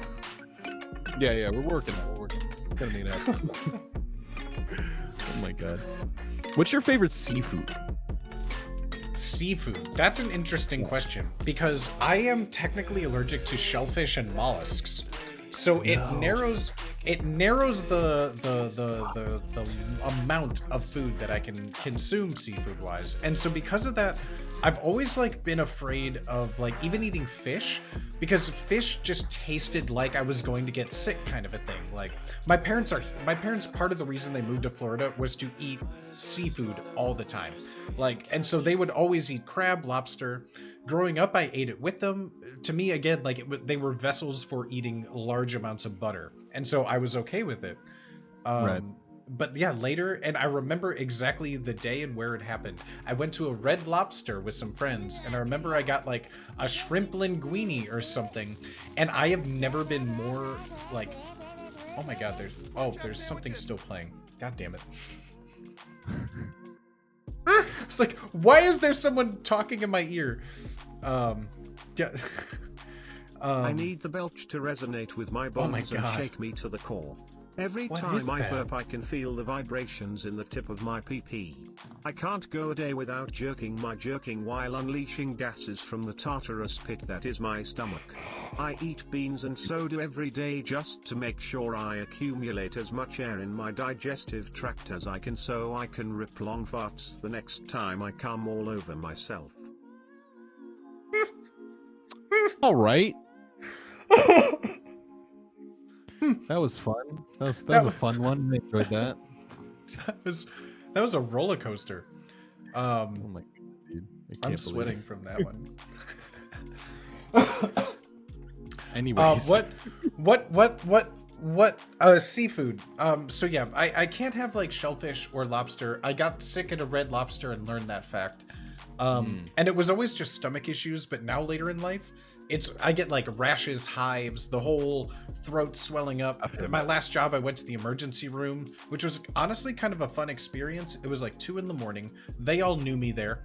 I went there a lot. I dislocated my kneecap at work once because someone left a milk crate in the middle of the floor, stepped in that, and my knee just went like hyperextended and kind of stuck for a little bit. Oh my god. Fucking wild. So they remembered me when I walked in, and my face is covered in hives. They were like, "You were the kneecap guy, right?" And so like I go in, they sit me down. I have like a Bane mask on of just like pumping me full of steroids. And I always had like my Kindle with me. So I'm just like chilling. It's like 5 a.m, just like reading my fucking Kindle, sipping on some steroids as my body is like actively trying not to die. That being said, I fucking love lobster. Lobster, like I would die over lobster. 100%. I keep an EpiPen on me just for that. But how bad is it when you eat it though? Like what happens? It's like a delayed onset reaction where first I'll get like kind of nauseous feeling, and then like I'll start getting hives on my chest, my face, my throat, my hands, my wrists, and all that. But that's like usually I know at that point that I just grab an EpiPen and just like give myself a quick fix. And it's not like an everyday kind of a thing, but what's involved with EpiPenning yourself? How does that? Do you have to just stab yourself? Like, how does that work? Yeah, it's like a single-use application, and it's just like get into some meat. It's just like a hyper steroid that will help it anti-inflammatory. It's like, yeah, it's all like an auto injector. Bro, you say that like it's not a big deal, but to me, like the idea of stabbing myself with something is like horrifying. I would hate I have that shit. anaphylaxis. Yeah.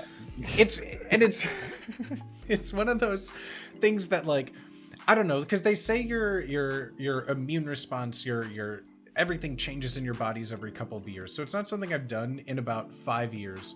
But a regular at my bar who me and my ex are really close with, and like close with his parents even, his mom would come up from Tennessee every year. And so every year they throw a big barbecue, and he'd always ask his mom what the theme would be. And he was like, I want you to come this year. Every year she wants like ribs, or I'll smoke brisket for like 4 days, or I'll do all of these things. And he's like a professional cook, chef, like so his meals are always choice. And so like the year we show up, and he's like, oh, I'm so sorry, like my parents were in town, I couldn't come in to tell you, but my mom wanted lobster this year.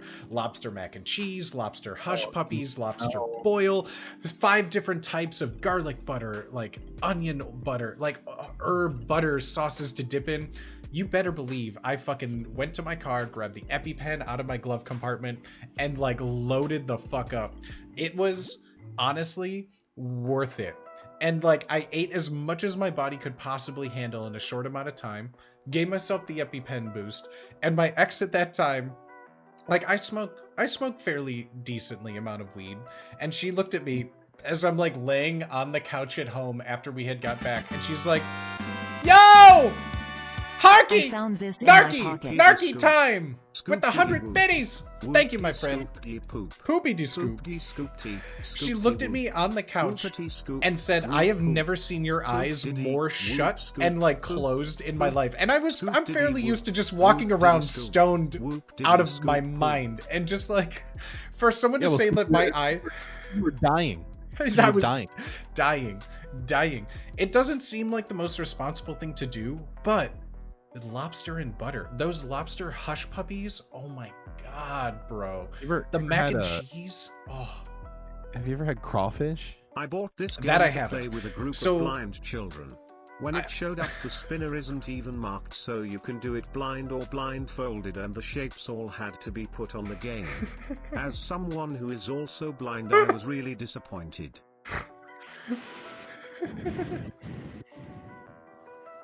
He's reading. That's a review from a game of blindfolded. That's a real Twister. game. Blindfolded Twister. Yeah.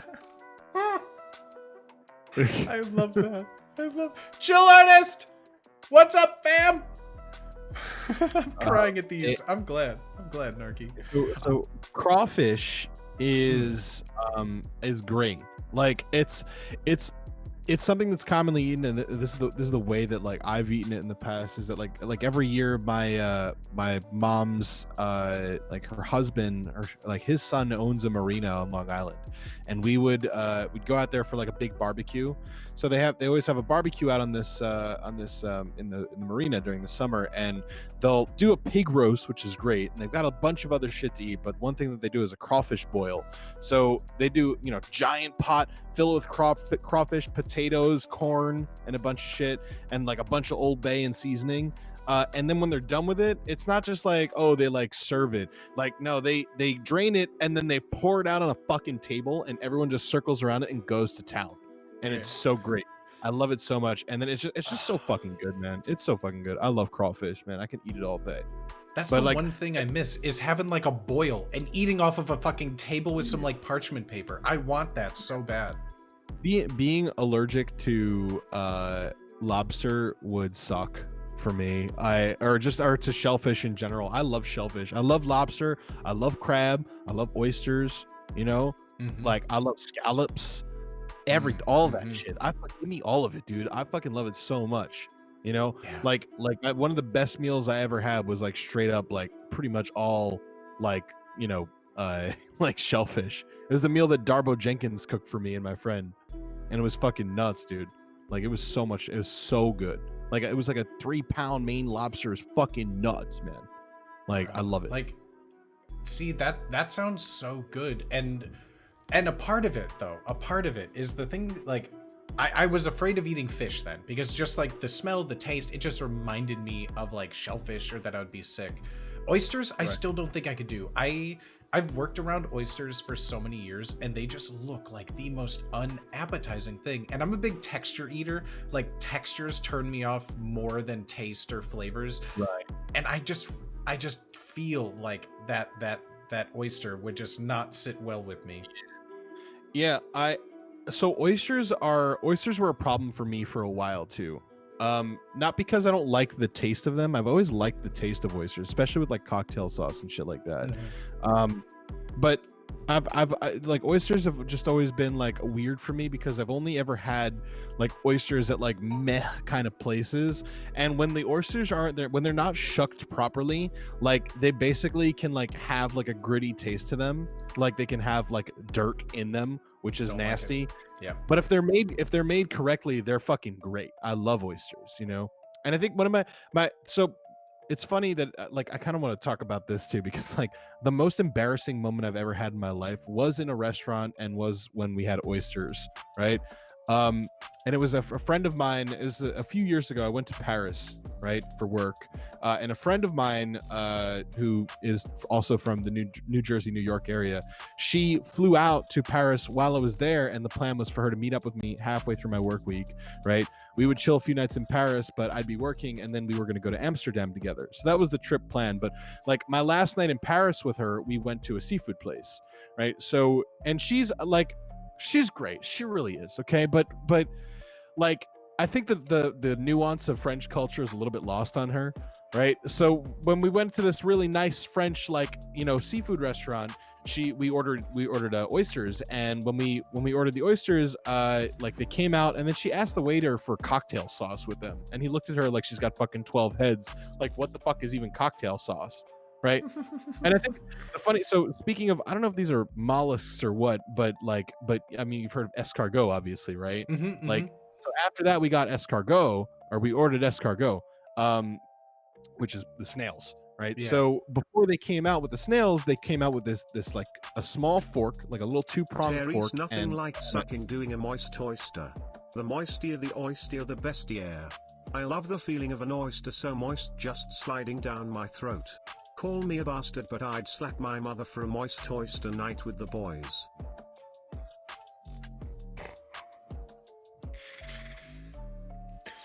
To all those that hate the word moist, oh boy, Yeah. you were in for a treat with that one. So the fucking so we order the escargot. They bring out the tools for it, which is one is like a clamper to hold the oyster, and the other is like a small 2-pronged fork to like pull the snail out. And I said oyster, the escargot, The shell, yeah, to pull it out of the shell, right? So they give them to us. She didn't know what it was. I put 2 and 2 together as soon as I saw them, right? But she asked me, she's like, what are these tools for? And I said, oh, and I was just joking. I was like, oh, that's to kill the snail with, you know?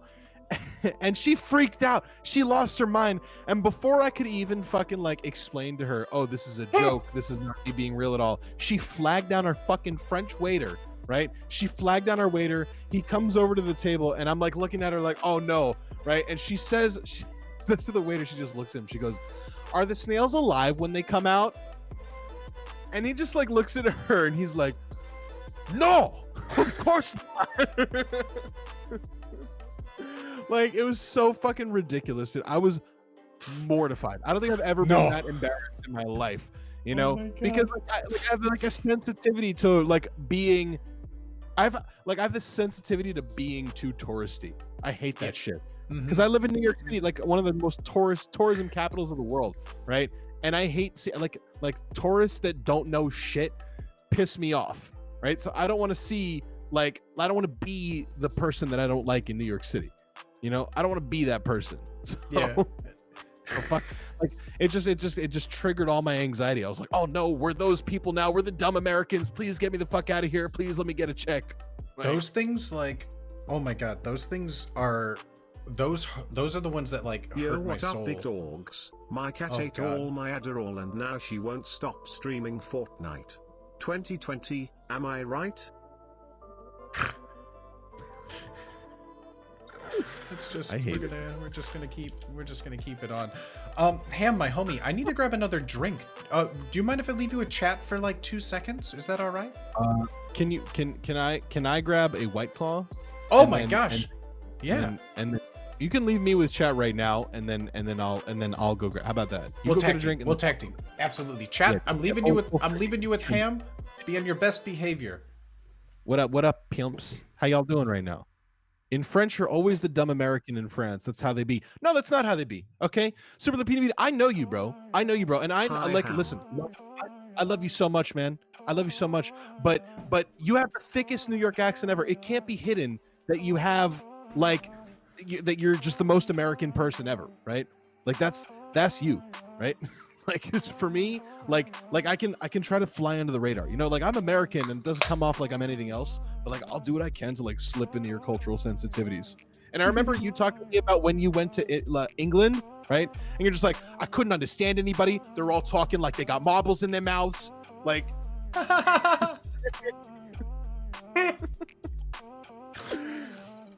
right, I'm gonna go get a White Claw. Let's do it, my guy. Let's do it, my guy. Absolutely. Get this cake on the way out. Woo! Yo, you got a fork for all that cake? You got a fork for all that cake? Yo, Plume! Plume! Welcome to Booty Land! Sorry your cat ate all your Adderall. Ham doesn't like moist oysters. I thought he was the classiest person I know. SMH, my world is rocked. I'm also gonna pee. Hi, Booty. Hi! Hi, Luna! How you doing, my friends? Oh my gosh, don't ever leave me alone with that man again. He terrifies me. I'm so sorry, my little booties. I'm so sorry, my little booties. You know I never leave you with anyone that would hurt you. How we feeling, friends? This is so much fun. I'm having a gas. You know, I'm sipping on some beer. How y'all feeling, chat? How y'all feeling? I'm gonna try and open. Let's see if we can open our Unity scene one more time. I'm gonna see if we can open the Unity scene and get it to work. Let's see. Is it gonna work? Okay, it's open. It's open. Let's see if it'll work. Let's see if it'll work. Don't There ever we leave go! me alone with that man Hooray! again. He terrifies me at Booty Swagger. Look at you, chat. All of you guys are so cute out there. Space. Look at you guys. All of you are here. Oh my gosh, I see you. Hi. Hi, friends. Oh, wait. Oh, I see all the way. Nerky's there. We got Wep, Super Lupini Bean, Rice Farmer Hung Low. Hi, I see you. Oh, hello, Trash Panda. Fitzy says poopy. I see. Oh, Ham's back. I see Ham. Wait, how are you back there? How are you back I'm there here. too? Okay, well. It's working! Hooray! I just have to restart it, which won't be too bad. I'll just keep a little icon on that monitor. Yeah, bro.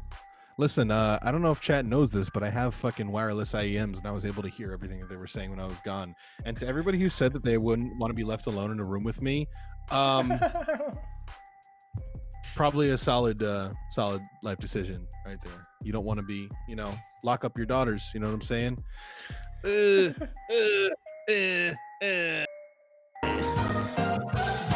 Brian crash? Okay. TTS Brian crashed. We refreshed TTS Brian. TTS Brian maybe worked again. We'll find out. Oh my gosh. I see like this honestly, I like having this audience scene on this monitor for reading chat rather than looking at a chat box. It's kind of cute to see all these little like faces just pop up. Oh, that was a desktop sound. Habos is asking me about the time where I was cycling near the Arc de Triomphe roundabout, saying it's an American as shit thing to do. Yeah, and in my defense, I was completely shit wasted. Like, it was bad. Like on the actual roundabout, or like around about the area? No, the roundabout, like the roundabout. I went to a club called Duplex in Paris, which is right next to the Arc de Triomphe. This was back in February, like last February. Mhm. and it was me and my friend. My friend, he goes by the name of Def. Uncle Ham is he's- drinking again. Be sure to keep your distance. Oh, Ham. Yes. Cheers, my guy. Let me Oh, just. cheers. Yeah. Wait. Wait. There it is. Yeah. Clinky. Hey, cheers. So we went to Duplex together. We got wasted, and then when we were going back, we were gonna go back to our hotels. Instead of getting an Uber, we just decided, hey, it'd be fun to get like jump bikes, which are like these electric pedal assist bikes, to go back to our hotels, which are both in the same area. And we did that, and we were riding our electric bikes around a very busy French roundabout with like 10 lanes of fast-moving traffic while we were drunk as shit. And it was not a good play. It was not a good play. We could have died. Bikes! How aggressive are French drivers? Like, were you hearing a lot of like French profanities? Yeah, there's a lot of just like everyone's like, oh, putain. It was pretty bad. Merde! Yeah. No, That's there's awesome. a lot of yeah. It's illegal to be Parisian and not have a mustache, by the way, if you didn't know that. That's why I did that, because I don't want Interpol coming after me. Oh my god. Roundabouts here, at least in the States, there's one that's right by where I live. There's like a big, just 3-lane roundabout that goes in a circle. There are stoplights though, so it's not a complete free-for-all. But the amount of just lost people, especially whenever I order like delivery or something, I'll see a driver get there and then just like keep circling, because I live off of like a random tucked away side street that unless you like get over to an extended right lane, you'll never make it. And it's always packed, so like trying to switch a lane in there is garbage and terrifying. My issue with roundabouts, and I'm a very experienced driver. I've been driving for 10 years, right? 12 years. And like, my issue with roundabouts is that like I love them. They're great because they help traffic move more, flowingly or whatever the fuck. I don't know, but they're less dangerous, But the problem is that Americans don't fucking understand how to use them. Like, Americans just don't understand the concept of a roundabout, is that you are yielding to the roundabout traffic, right? So I can't tell you how many times I've gone to a roundabout, like I've pulled up to a roundabout yielding to traffic, and they're trying to let me go. And I'm like, you don't understand how this works. That's not how you're supposed to do that, right?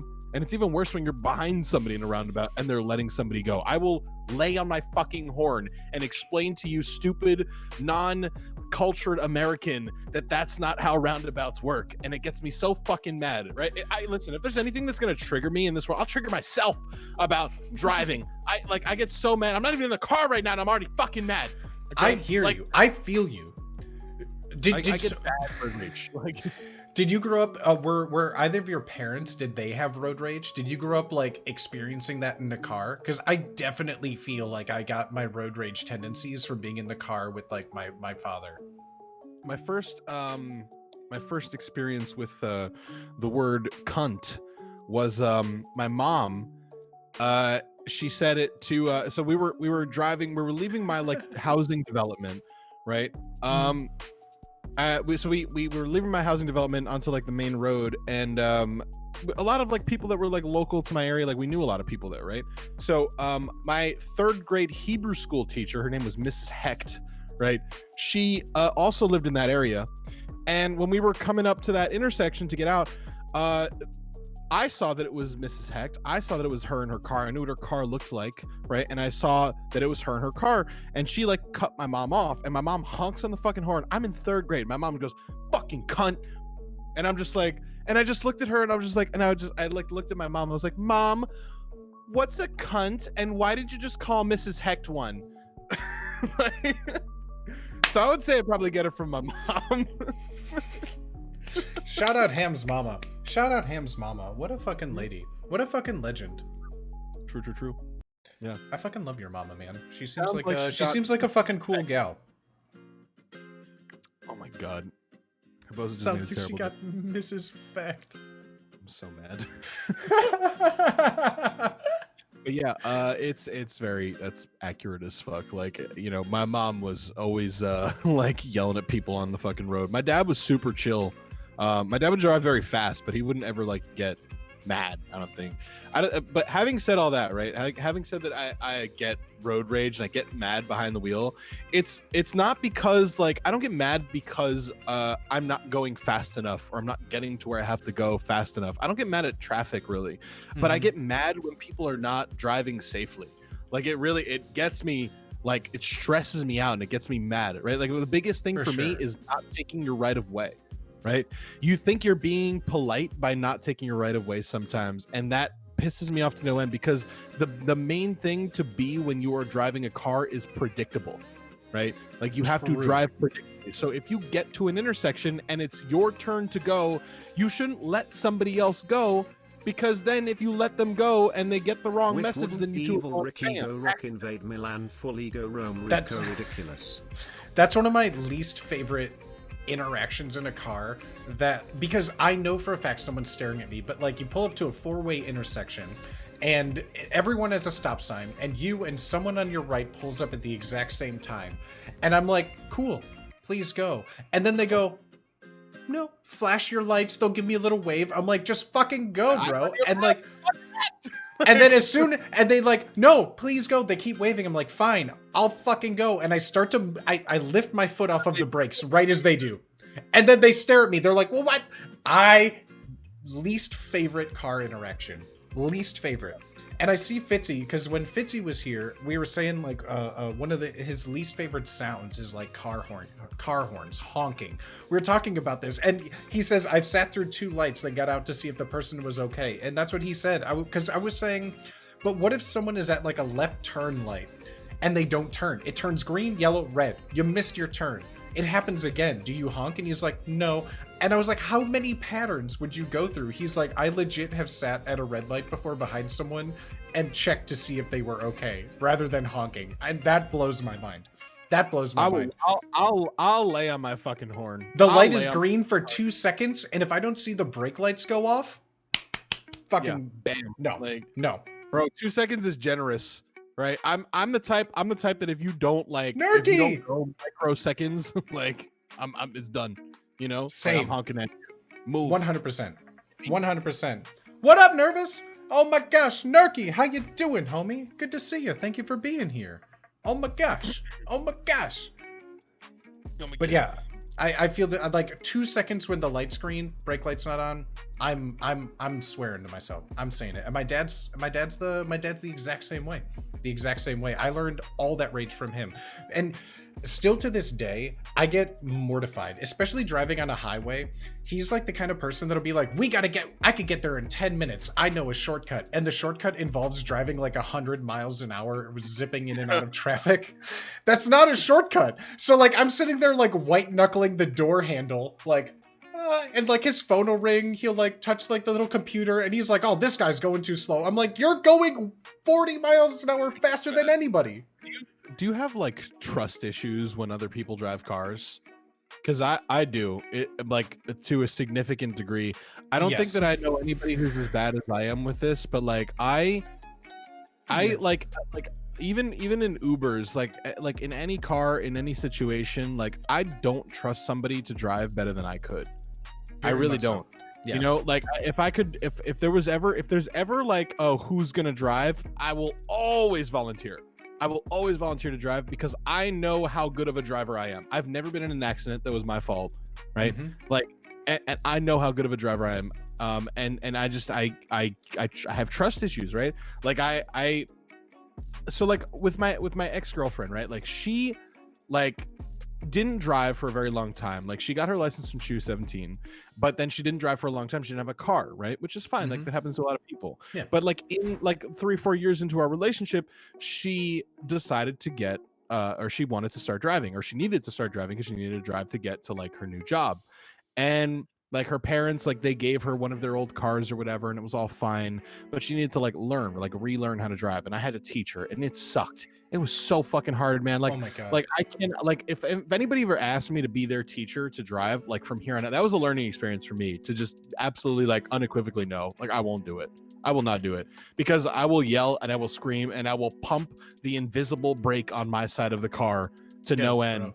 You know, Yes, and bro. honestly, and I wasn't even wrong for being stressed about it too, because like there were like, you know, when she was like trying to get involved in that process and try to drive more, like she would want to drive more, and I had to like let go of my fear to let her do it. And there was one time where we were driving to the place that she worked. We drove back. When we were on our way back, it started raining. All right, so the roads are getting a little bit wet, and we were back in like suburban parts of New Jersey, so the roads were getting a little bit more windy. Right, and one of her problems was she did not understand how to slow down, like how to slow down into turns, and she did not understand what the traction of her car, like what the limits of the traction of her car were, and how that was reduced in wet weather. I hate Right? that. So, like, that thought shivers me. Oh, I could feel the lurching of the car in my body as you say that. Yeah, there's like, it's a very like, it's like your driving So motor you mean skills. floor it in the apex? Yes. No, you're like your motor skills, right? Like it's such an automatic process that you build in your brain over time, right? It's not something you can teach. Yes, Nergy, welcome. Wrong button. Welcome to Booty Land. Thank you, my friend. Thank you. Holy cow! I appreciate the follow, homie. I appreciate it. I appreciate you. So it's a motor skill that you can't teach. You just have to learn it over time, right? Especially from car to car, right? Like every car Yes. acts a little bit differently. But like as a good driver, like you can get into a car and quickly become accommodated with what the traction of that car is, right? But I just remember us driving and we were fucking coming around, like going around corners. I kept telling her, I was like, you have to slow down more into these corners. Your car, I can feel the traction of this car right now. I can feel right now that we are going to slide at a certain point if you don't slow down, right? Oh my And there was one where we were coming over this fucking hill, come over a hill, and there's a right turn over a hill, okay? Road's wet as shit. Doesn't slow down enough, okay? Back end gets loose on us, and we go backwards into oncoming fucking traffic. And the back end of our car hit the front end of somebody coming in the opposite direction. Oh my Like, god. luckily it's slow, like the spin slowed us down enough, and the other person was going slow enough that like when we ended up hitting, it was barely like a noticeable amount of damage, but like I mean we hit them, you know? And like Yep. and it just like that moment, because like, and then it was like after that happened, she just looked at me and she's just like, "You were right, and I'd like for you to drive home, please." I was like, yep, like, Now that's you know, a lot of damage. oh, Jesus Christ. But yeah, it's just it's crazy. It's like one of those things where it's like I just had a premonition of it happening, and it happened in the exact way that I saw it happening. I'm just glad it didn't like. It wasn't worse than it was. Like it was so fucking bad and so scary, dude.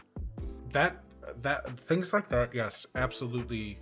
I just for that reason, like when I'm in an Uber, like I think it was Super Lupini Bean said when someone's driving, I can't watch the road. Like I have to be staring at my hands, I have to be listening to music with my eyes closed, or like depending on where I am, I'll just solely focus out like the side window and just not look in front of me, because that I can't. And I'm the kind of person too that like I tend to be not aggressive on my brake, but like I don't know, I guess like I don't come to the smoothest of stops, and like so but I also hate backseat drivers. I also hate backseat drivers. I'm a So, bad like- backseat driver. That's why I would always drive, because like especially in an Uber too, like I am constantly commenting on the driving experience as I am in an Uber. Like you know how people like we'll be in the car, right, and then like we'll just be driving along, right, and then somebody will like lurch out in a way that they're not supposed to, and I'll be in the backseat and I'll be like, oh wait, what the fuck is that guy doing? Hey, you shouldn't take that from that guy. Honk your horn. Honk your horn. Tailgate that asshole. Yeah, hold on. Roll down the back window. Roll down. Take off the child locks. I got something to say.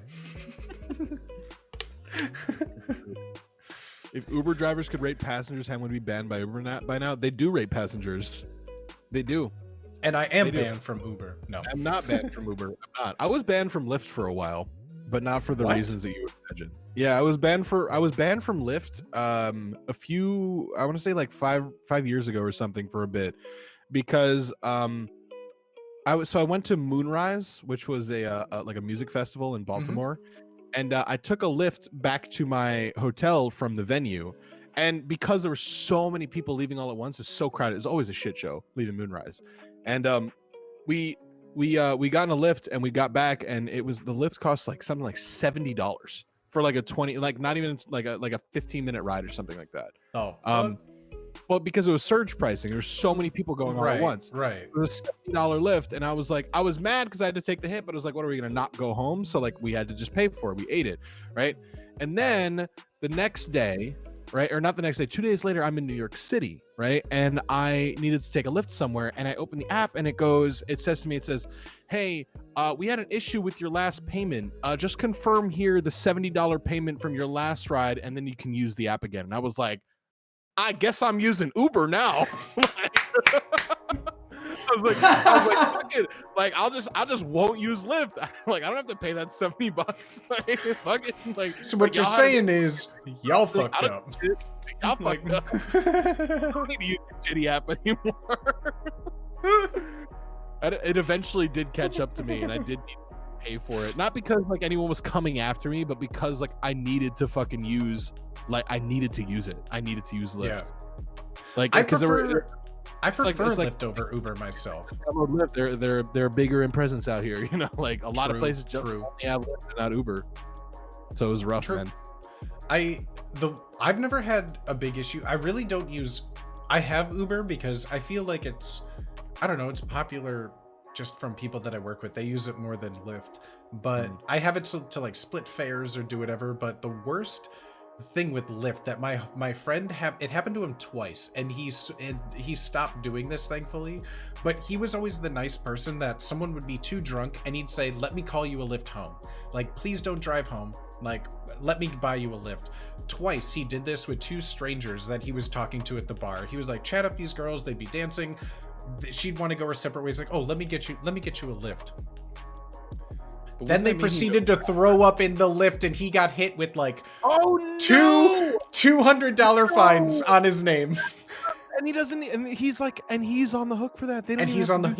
Nope, he didn't have to do shit, or they didn't have to do shit. And like literally, he'd come into work the next day and be like, "What the fuck, bro? I don't know what this is." So he like called them like in the hallway at work. It was a slow morning, and he's like, the girl threw up in the car, like the guy's filing max charges, it's on his seat, it's on the floor, it's on the back seat, it's so he's like, I have to pay like the max amount to clean it.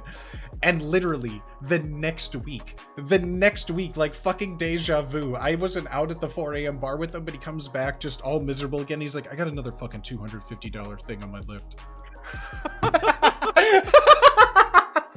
That sucks. I've only ever been in that situation once, but I was with the person who threw up. It was in an Uber, and we took an Uber back home, and he threw up in the Uber while we were in it, and it sucked, dude. Bro. But like I was with him, and I was like, and he was my boy too. So I was like, I paid for this Uber, but you're paying for this charge, dog. Like, you gonna pay for it, you know? 100%. And that's also one of the reasons I don't think I could, like, besides the fact that I'm incredibly awkward and I don't like having strangers in my car, or just like, I feel like I'd be a great Uber or Lyft driver because I just wouldn't want to talk to anyone. Like, I'd be strictly point A to point B. I'd be strictly like crazy taxi, honking, getting there as fast as possible. I'd have some tissues, I'm sure, in the back. I'd have a little hand sani, you know, at your disposal. But like, that's it. You know, like, I confirm your name, the end. But the Uber driver? Yeah. If I was an Uber or Lyft driver, because I just wouldn't want to talk to people. Have you ever had one of those? Do you sit in the front seat or back seat when it's just you? Back seat. 100%, right? But I'm the kind of. If you're alone taking an Uber, what kind of fucking psychotic human being gets in the front seat? Okay. Like, oh my. So and then they get in the front. What the fuck is wrong with you? Are you kidding me? This bro, is a taxi. This isn't a ride from your friend. Like, bro. I have the most uncomfortable I have ever been.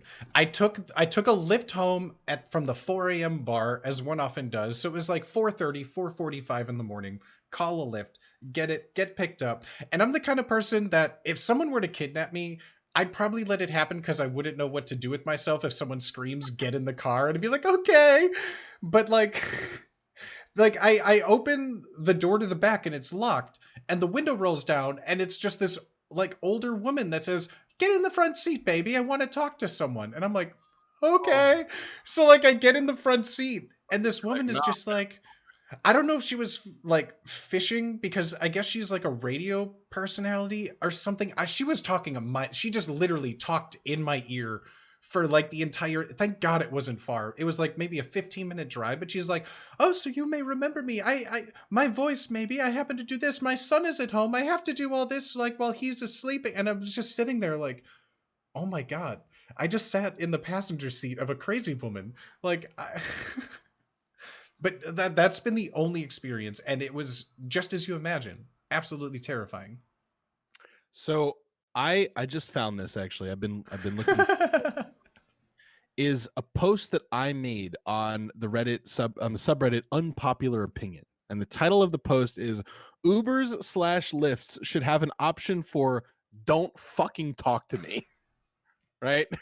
I said, I know that some people are just being polite, but I'm not taking an Uber to make friends. I'm hiring your car to take me where I need to go. I'm not even antisocial. I just don't want to fucking talk to my driver.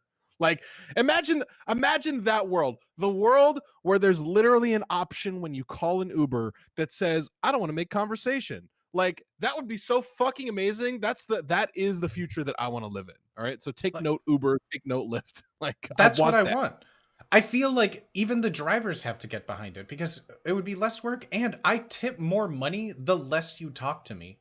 Like the amount of conversations of, "Oh, my Uber so the you other from day Chicago?" was literally a bubble boy. I was so drunk he took me towns in less than a minute. What the fuck? Fitz says he judges his tip off the conversation. Really? Like if you have a good conversation, you tip more? Are you kidding me? Am I bad because I tip Uber drivers? You don't or do? You're not really like, I don't. I feel like because in the beginning you weren't supposed to. Like, it was not a thing. Like, you know what I'm saying? Like, no, seriously, in the beginning with Uber, like, it wasn't even like a thing that you tip Uber drivers. Yeah, you know? right. And then it became like sort of this thing that like now is always on the payment screen. Like, I feel like it used to like kind of be like an afterthought. Like, hey, just like how I feel restaurants should be. Like, hey, did they go above and beyond with exceptional service or something? Here's some money. Right. I just hate that tipping is involved in everything now, from normal goods and services. Like, I don't tip taxi. I ordered a burrito. I ordered a fucking burrito, and you want a tip for me ordering a burrito? Like, not at a restaurant, like at a stand somewhere. And it's like, oh, how much do you want to tip on that? It's like, no, flip the fucking console back to you. I don't want to tip on that. You didn't do anything. You did your job. That's what tipping's like there. Yeah. When I went to like Australia was so great because it was perfect. Like it was. And here's the thing too that I wish we would adopt, that the one big like society change I wish we had was you didn't need to bring your wallet anywhere. You could just use your phone. Everyone has a fucking little tap. I get like a fucking banh mi sandwich, tap my phone over the counter. Like, I'm at the subway, just tap my phone to get on. Like, there was such an ease of payment everywhere that like I took out cash and I had nowhere to spend it. Like, most places just looked at me funny if I tried to pay in cash, you know? What's crazy is that when I was in Latvia, I was with my friend who was in Latvia, and she was telling me, she's like, yeah, everything here is like, you do everything with your phone. And I was like, because it was crazy, because to me, like, when I was going to Latvia, when I was planning the trip, I was like, all right, I'm going to go to Latvia. I'm going to be in Eastern Europe. So everything is going to be like the Middle Ages, right? It's going to be like 1970s gulag wherever I go. Right, that's what I'm going to be dealing with. Right, but no, I get there, and they're an advanced society that's using their fucking phones to tap and pay for everything and get on the train and all this shit. And I'm just like, when the fuck did Latvia join the 22nd century? Like, literally everywhere, but us is on this. Like, we're still like, places are still like, oh, you can't use the chip reader. You have to swipe and touch a pad. Like, fuck that noise. Cash only. Places are cash only. Like, what kind of place is cash only? It's crazy. I'm so upset with that. Same with those Keep cups. Have you ever seen those Keep cups? I've only heard of them, or at least that brand or name in Australia. But it's just like a little, like you go to a little cafe or a coffee shop, you give them your cup, and they'll just fill up your cup, and you take it to go. It's the most brilliant. I feel like Starbucks and places has that idea, but like, yeah, things like that. I just really like the concept of. But the one with a chip in the bottom to pay with. Can you imagine just like, oh, here's my cup for coffee. They fill it, and you just tap the cup on the screen, and it pays. That's literally crazy. Yeah. That seems so futuristic. The planet. We know, homie. We know. I would love to be able to use it. I use Apple Pay for like everything when I can. I like, especially COVID times, contactless payment is always good. But the thing is though, like I only use it like for when COVID started, I made sure to put my credit card on my Apple Pay, because that way I wouldn't have to actually touch the keypad like to put in my PIN number. 100%. Yeah. Like, what's the point of contactless payment if you still have to fucking put in your PIN number? That's why I fucking hate it. It still is so dumb when like it makes you still tap to confirm, or like, oh, okay, so you paid. Do you want cash back? It's like, I don't want to fucking touch you. Right. Like, why does it have to re-authenticate if it's already authenticating my face, like, or my passcode on my phone? Like, why does it need to authenticate again with my PIN on your keypad? I don't want to touch your thing that all these other people have been touching. So yeah, like I don't like that shit. But I do 100% like the concept of Apple Pay. I like it a lot. And then also New York City has just started a little bit. I don't know. I haven't been on the subway since March, but I know that like in Union Square at the very least, or like at my subway stop by my office, they started putting in these new turnstiles that like take contactless like payment from your phone to take the train. So instead, but because for a while it was like, I mean, for a long time, and it still is now, is that you use the Metro card, right? So like you have to have like a separate card for it, and it's a pain in the ass, and if you lose it, you're fucked, right?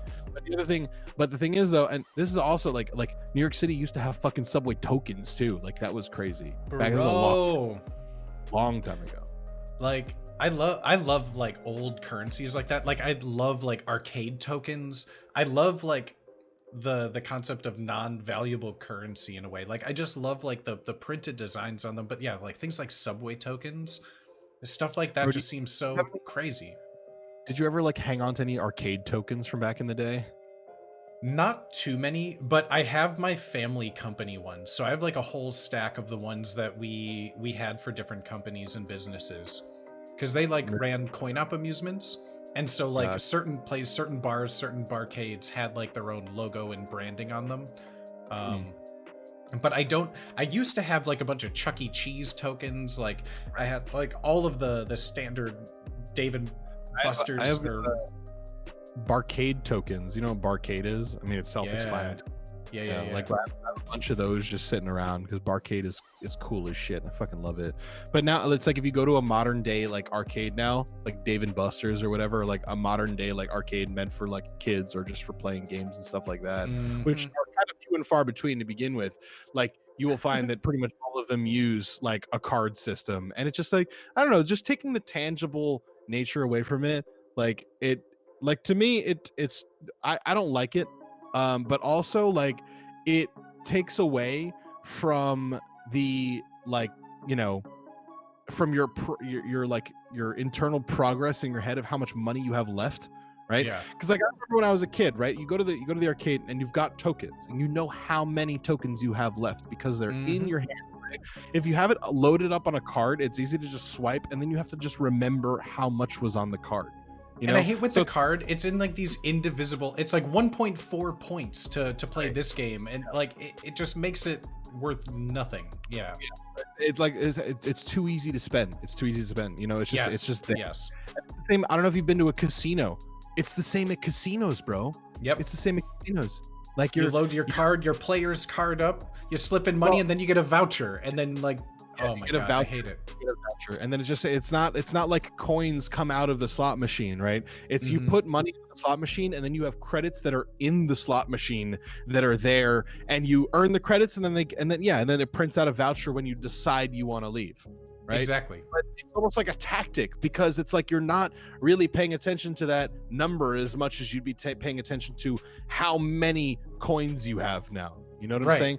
Especially like seeing like the bucket of like pennies or nickels or like, because like being around like old slot machines, like we had like a fucking bucket that you'd like a plastic bucket that you'd carry your fucking nickels or penny slots in, and like it just is. There's so much of a, and like you could replicate it with sounds, whatever, but nothing beats that sound of like a quarter dropping into a pinball machine where you hear like a trigger click, like fall into a basket of coins, or like just that sound of a slot machine just plinking out fucking like watching like pachinko machines in Japan, watching playthroughs of that, bro, the sound of those metal balls just hitting in, that is orgasmic. It's like an ASMR experience. It's nuts. 100%. No, but I think that like for me, so the first time I went to a casino was still well into the concept of them using like vouchers and stuff like that. But I was young and naive and I didn't know. I figured that slot machines were always like, you know, you bring quarters and then you put a quarter in and you pull the lever, right? That was the interpretation of a slot machine from like the cartoons, right? So I go to a casino, I go to the Golden Nugget in Atlantic City, and I go there and I've got a lot of quarters that I got from the bank, right? Like my friend and I, we were the same. We had a lot of quarters of those, so we got bank, and we go there, and the lowest denomination of something that they take to put in the slot machine is $1. Yeah. So they don't take quarters. I had to go to the cashier, like shame in my fucking face, being like, "Hey, can you exchange these quarters for cash?" To some, that would be a rock bottom, but like, like this is my bag of quarters. It's like my interpretation of it was I misunderstood how slot machines work. Their interpretation of it was you just got a Ziploc bag of all the change in your couch cushions, and now you're trying to spend that money at the casino. Big fucking true. Big fucking true. I'm okay. I need to take another pee-pee break because I've been drinking a lot of beer, so I need to step away for a moment. Would you mind if I left you a chat again, my friend? Absolutely not. Go for it. I'd love that. Chat, my friends. I'm leaving you with my boy Ham and Cheddar, okay? I fucking love you all. I'll be right back.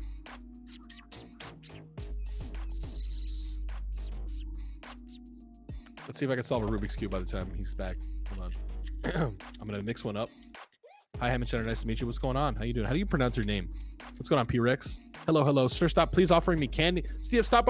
Listen, you want this free candy, okay? All right, here we go. Let's do it. Bam, bam, bam, bam. I'm already fucking up. All right, the challenge is solve the Rubik's Cube before Booty Swagger gets back. That's what we're gonna do. Bam. Oh. Yep. All right, so we got the cross. We got that. We'll bring it down here, and we do that. Y'all can distract me with your TTS if you really want to. It's not gonna do shit, I guarantee. All right, here we go. Bam. That's the first layer done. All right. Let's get the side corner pieces in. We'll bring you up. We'll bring you over. Yeah. Let's see. I'm trying to see on the screen too. A lot of people want my body white chalk, so I'm clutching on this 40-holder 100 rounds. These fuckboys want me dead, 2 bullets in my head, so it's never a wrong time to slang that iron, and I gotta shoot first cause I know that these pussy plotting on killing me.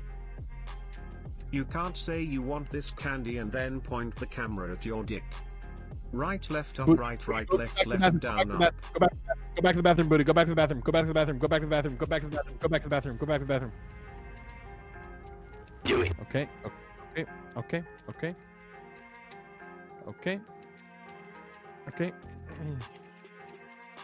What are you doing, Look at that, bro? I did before he got back from the bathroom. I did it before he got. Look, I did a Rubik's Cube before he got back from the bathroom. Yeah. I did a Rubik's Cube before you got back from the bathroom. That was the challenge. We saw. Killed it, bro. You big dum-dum. Why are you doing dum-dum things? Stop being a dum-dum, you dum-dum. Hey, dummy. Your sound's off. called a mega Hey, minx. dummy. Your Shit. sound's off. Fuck! Fuck! Fuck! Oh, I was muted. were you muted the whole time? I was muted on stream, yeah. I Gosh. realized you could hear me, but I forgot I muted myself down there. Turn your echo cancellation in Discord so it stops ducking your audio. Wait, what? Oh. Turn off your echo cancellation in Discord so it stops fucking up your audio. Oh, how do I do that? Nerky, I know, homie. I had to put in a lot of those sound effects because big old dum-dum over here. Overlay connection. Where do I do it? Well, I think in Discord in the settings cog under voice and video, there's the thing for echo cancellation. Underneath the video settings with the little camera test. Oh. ASMR. Oh, You're further down. You're a jawbreaker. Echo cancellation. I should turn it off. Is what you're saying? Turn it off. I think that's right? what he said. I think that's what he said. God, please, no! right. No! We're sipping on a right, there we on go. a lovely American lager called Old Style. I've turned it off. I'm talking at the same time as you now, so we can test it. Oh yeah. Oh yeah, that's right. All right. Oh hello, yeah, I think hello. that. Yeah. Hello. we're- Hello. No Hello. ducking. Hello. Yeah. Look at that. Hello. Hello. Look at that. Oh Bam. my gosh. Our voices are in harmony. Damn. So now I can talk over you like I'm a certain presidential candidate. Go. That's amazing. Oh my God. You finally got White Claw here? Oh shit. Yo, that's what my boy Ham sipping. Mango Claw, best claw. Mango What Claw, best claw, what bro. flavors you got down there, Nerky? What flavors you sipping on? Hopefully you got the mango claws, cause ooh. That mango claws hit different though. It do be different, bro. Oh, Mango by the and way, you were lime? asking about the Oh, mega yeah. minx. Yeah, Yeah. what the fuck? How does that even so it's a- turn? Just like that, you know. Oh yeah. Okay. And then okay. it, and then bam. So you know what I'm saying? Oh, I see. The center of the center of the star is that's permanent color. I see. I see. Yes. And then there's edge pieces that kind of go from one side to one side, and then there's corner pieces that have 3 colors on them. So this How takes me many about sides 20 is minutes. 12. What the 12, fuck, 12, bro? 12, 12, yeah. Are like the Yeah, bro. algorithms still somewhat intelligent? Because like I feel like there's not like a It's right similar. left. There has to be more different than like cardinal It's- directions with that. No, it's similar, that it is cardinal directions. It's just that depending on how you hold it, right? Like everything you would need to do is gonna be like on the front side of the actual shape, so like you could still do it like with a simple set of algorithms, up, down, front and left, like Damn. pretty much everything you do will be done with this. Like if you're facing the red side, it'll be done with this side, this side, this side, and this side, right? Like everything you need to do, you'll just orient it in the way that you have to orient it. That's all. Interesting. So, Stuff like that. I've but it always takes a kind of while. wanted to go down that road, but yeah, I've never like memorized or attempted to memorize any of like the algorithms. But something like that would be like a fun little mental challenge. So I basically I learned when I was in, I want to say 7th grade, to solve a Rubik's Cube, right? So I literally was one of those nerdy kids that carried around a Rubik's Cube with me, right? And for a while, like when I was trying to memorize the algorithms for it, I literally wrote the shorthand for the algorithms on the inside of my left arm, like with pen. I just wrote them with pen on the inside of my left arm. So I would just be sitting there in class like this, just fucking like looking at my arm and solving the cube until I That's eventually genius, like figured it though. out. Like That's until how- I memorized it. So. How many do you just go for like the same standby pattern, or is it all like one pattern to get to a certain form that equals like a success? Like I always assume it's always about narrowing down into a recognizable pattern. So with a Rubik's Cube, right? It's all about solving it in layers, right? So I can run you through this real quick right now. So if you want to solve it in layers, right? So you want to solve the bottom layer first, and I think the cardinal thing to remember with the cube is that this shape right here, like these 3, like the corner right here of red, blue, and white is always going to be connected. These are never going to come apart from each other. Right. And then also with this edge piece right here, like this green and this white, these are never going to come apart from each other. And then the centers are also always consistent. Like no matter what way I turn this side, it's always going to be orange. right? No matter what way I turn this side, it's always going to be green. So if I start with the green side, you want to start by getting the first layer, which means you get a cross on the top, right? But the cross also has to match up with the center down here. So you could see that the green center matches up, and you could see that the yellow center doesn't match up. So if we spin that around, we bring it around, and then the yellow center matches up there now. So now we've got that part, and then we can bring the orange down, so then the orange center is lined up like that. And then we've got the white center, which is somewhere else, right? Here it is. So we bring that around, I love and then when things are like deconstructed. That's fucking insane. So then we've got the cross. We've got the cross on top, and then the centers all match around the sides as well with the crosses. And then you have to fill in the corners. So then there's an algorithm that you use, like a pattern to fill in the corners. So right now we need the corner that has to be green on top. It has to be red on this side, and it has to be yellow on this side, right?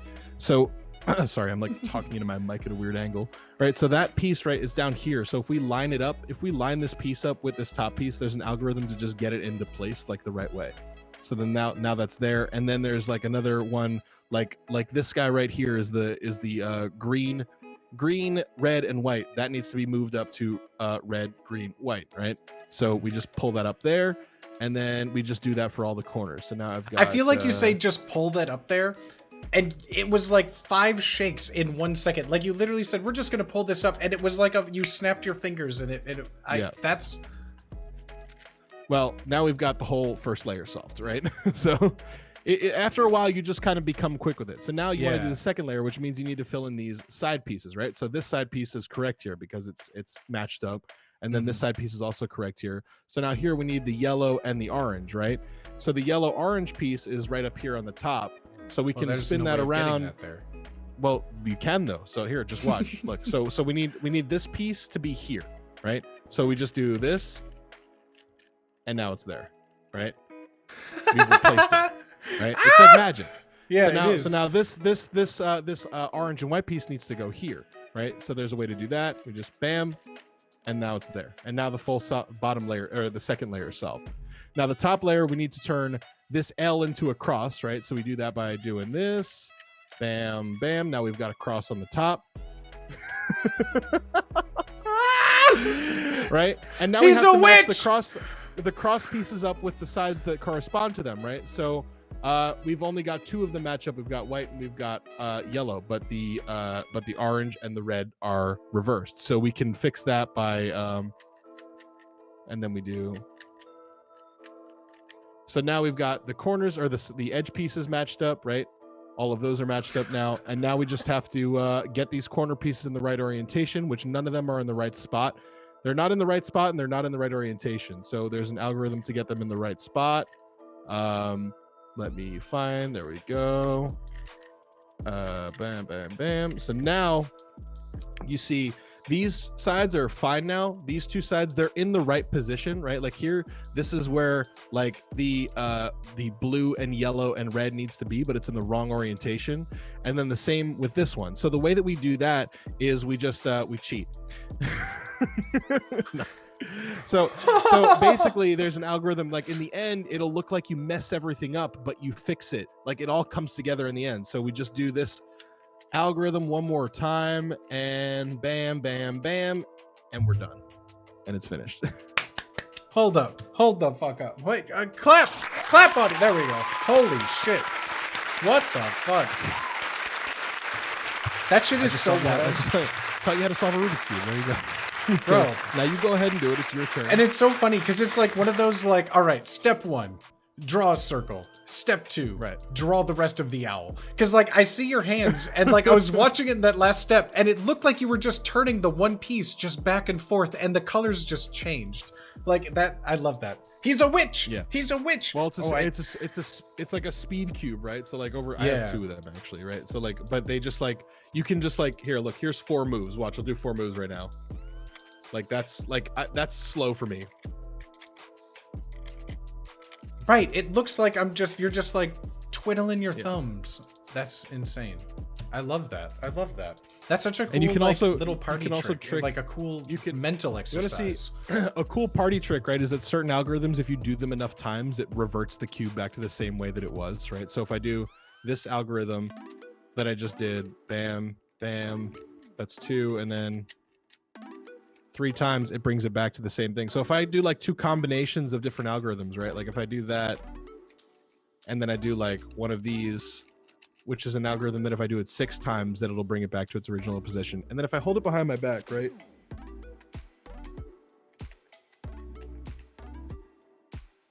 I fucked it up. I fucked it up. I fucked it up. I fucked it up. I fucked it up. That's my bad. I fucked it up. I can do it though. I'm not gonna. I would do it even right say now, but I like can do it. behind your back and head, that would like reverse all the directions though. Like that would. No, that no, would- you just kind of Weird hold it in the flex. same position. Actually, Weird normal flex, never mind. Normal flex. Never Oh my mind. god. Yeah, I I can't fucking have love this it. on my desk not solved, so I have to solve it. There you go. That's fucking dope. Like, And I've also got a 2x2, by the way. So is that harder or easier? Because that feels like that would be So- easier, but at the same time, that is probably the deceptive answer. a lot of people think that it's not easier because it doesn't have core pieces in the center to indicate what side is what, but Mhm. you just kind of like the side just kind of determines what it is as you go, right? Right. Like it's a lot more simple than, honestly, to me it's simpler because there's just less things that you have to remember. right. you know, Right. But here, let me look up like Rubik's Cube combinations. Watching like speed cubers or those videos always get me fucking hype. Oh, Like, yeah, it's if wild. the technology was there, as a child, would you have like made YouTube videos with like cup stacking or like cubing? No. Like, were No. you into that sort of scene at all? Like, Not really. So I'm trying to pull up. Hold on. So Rubik's Cube combinations 3x3. So here's a fun little fact, right? So a 2x2 Rubik's Cube has 3.6 million different combinations of how this can be oriented and how it can be positioned, right? 3.6 million. Would you care to take a guess at how many a regular Rubik's Cube, a 3x3 has? I would have to say in the Combination-wise. billions then, like 2.1 It's- billion. It is 43 quadrillion. 43 quadrillion. Imagine being trillions off when guessing Yeah, a billion. yeah. Yeah. No, you were quadrillions off. Quadrillions off. Yeah. Correct. Yeah. Fuck. Jesus Christ. Yeah, it's a lot. So- Holy shit. That's so insane. But even still, there's like repeating patterns which allow certain things to Right, peek through. exactly, Like if a face has exactly, yep. this, you can do this. That stuff is wild. Mhm. That stuff is so wild. Hey, Booty, are you running your ads? Oh, I am actually not. Which brings me to exclamation point ad. So friends, I'm gonna run a short 60-second pre-roll ad, or ad to eliminate pre-rolls. See, I don't even do it enough to remember the whole spiel, even though I have a Right. script in chat written right for me. But you should get uBlock Origin or AdBlock Plus, and that'll eliminate it. But I'm gonna run a 60-second ad here, friends. And that's just to eliminate pre-rolls. So sorry. Yeah. I think that the space has changed a bit where just having an ad block isn't necessarily going to fix it anymore. Honestly, they've gotten around that shit.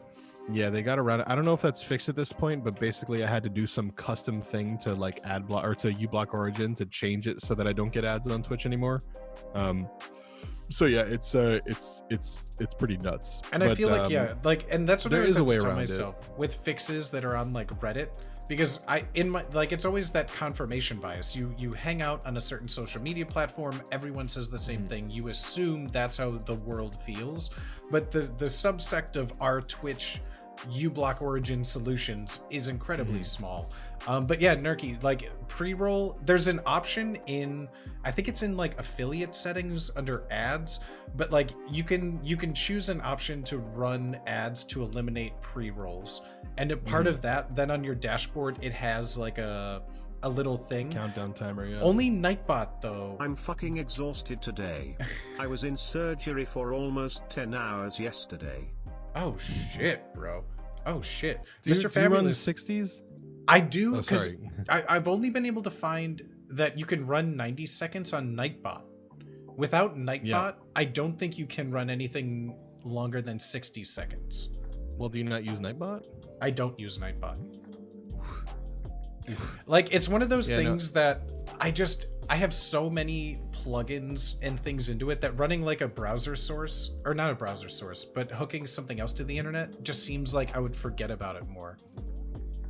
Yeah, but the thing is, I don't know. We can talk about it later, but I would say that Nightbot is like, no matter how much shit you have, most people still have Nightbot in the end. Like, you can have it do as much or as little as you want. You can literally have it just be there for the ads. Like, you turn off all the Honestly, filtration, like the auto mod from it. Like, to me, like, that's a good enough reason, because that's an extra 10 minutes of pre-rolls that you disable. Yeah, it's an additional 10 minutes, because what is it? It's like 20 minutes for 60-second ad break, and then 30 for 90-second. It's like even like even a little. It's like have a little longer ad. It's like 32 minutes or something like fucking cheeky like that. Yeah, it's crazy. Like, so that's why I run the 90 seconds if I can. Like, I figure it doesn't make much of a difference, you know. Yeah. But it makes a big difference in terms of how long your pre-rolls are on for. Exactly. Which is a big thing. So yeah, I need to look into Nightbot, because that honestly would be the one thing that I would want it for, is just to have 32 minutes of no pre-rolls. Right. It's a good thing for sure. Mr. Fabulous just got a job at like his dream hospital. Like, when we first started talking, like he was in residency, I believe. And then his job let him... I thought he had surgery for 10 hours. Like he received surgery. Oh my God. What the fuck? I hope not. But yeah, then he got his fucking dream job, and like, bro, I'm so happy for him. But yeah, it's one of, like, we were talking like that of all the negative things and COVID and global pandemic, but of how, like, because someone like me, I'm the type of person that, like, I know I shouldn't, but I throw myself into my job, like, because I don't have a big social life. And so work is something fun, something productive I can do for myself. Right. And so I throw myself into that. I usually let like a lot of hobbies slide, or usually on my days off, I'm cleaning or just relaxing. And it's crazy of how people losing their jobs in this global pandemic has really allowed creativity freedom for artists to finally be like, you know what, fuck it, I'm gonna do my artistic endeavors. People starting like, you know, entrepreneurial businesses may be suffering, but like, as far as like musicians and artists, people getting into Twitch, like, I feel like it's been a really cool time for people that like throw themselves into work to kind of find something else to put their creativity and mindset towards. For sure. Yeah, no, I agree. I mean, but the, you know, to play devil's advocate, the other side of it is that now Twitch is like oversaturated with a lot of really shit tier creators. Like, you know. No, 100%.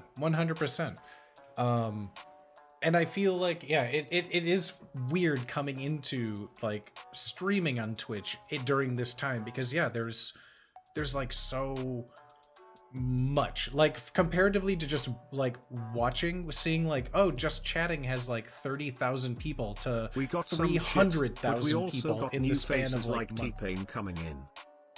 True. Yeah, but yeah, it has made it more in the public eye, which I think is cool. But at the same time, now you see all these Twitch changes that have suddenly started happening now that there's more users and more affiliates, more streamers, more viewers. Like, so that's good. That's what I was gonna say. I mean, the fact that like there's more streamers out there doesn't mean it's not as much of a bad thing, because it also means there's a lot more viewers now. You know, like the participation of new people on the platform has improved significantly. You know, so that's I think that's a positive change for sure. I mean, it's helped me out. You know, because like my sniper.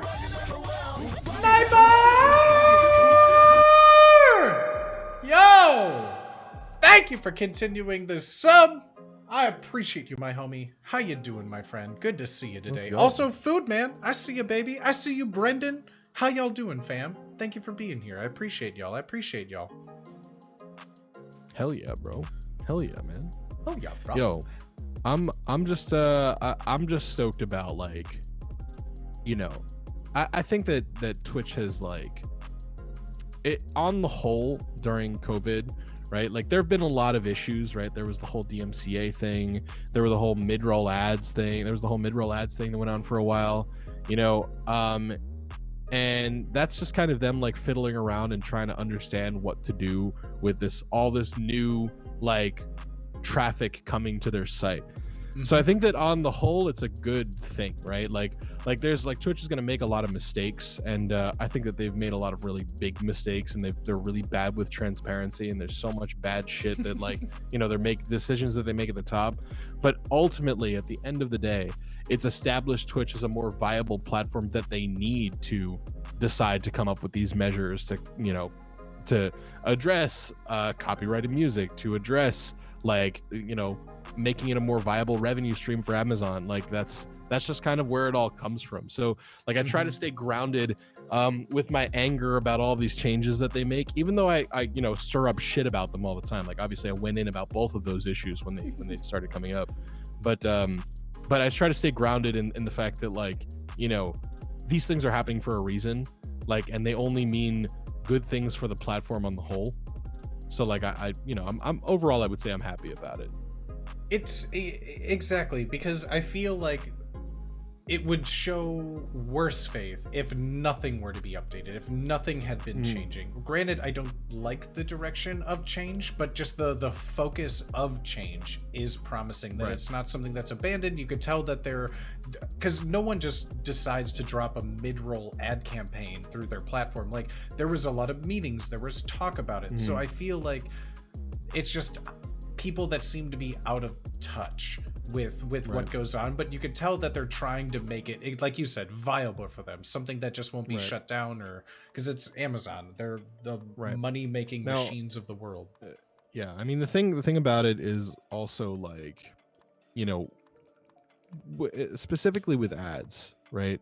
Like I think that it's really just the only thing that a lot of people that have been in this business for a long time, like in the business of like online content, have really like that's their only understanding of what revenue is from online, from like content, is advertising, right? That's the only that's their only way they understand, and they don't understand that like behind Twitch, behind each creator is a very loyal fan base of people that are willing to give money to that creator and subsequently to the platform itself for facilitating that, right?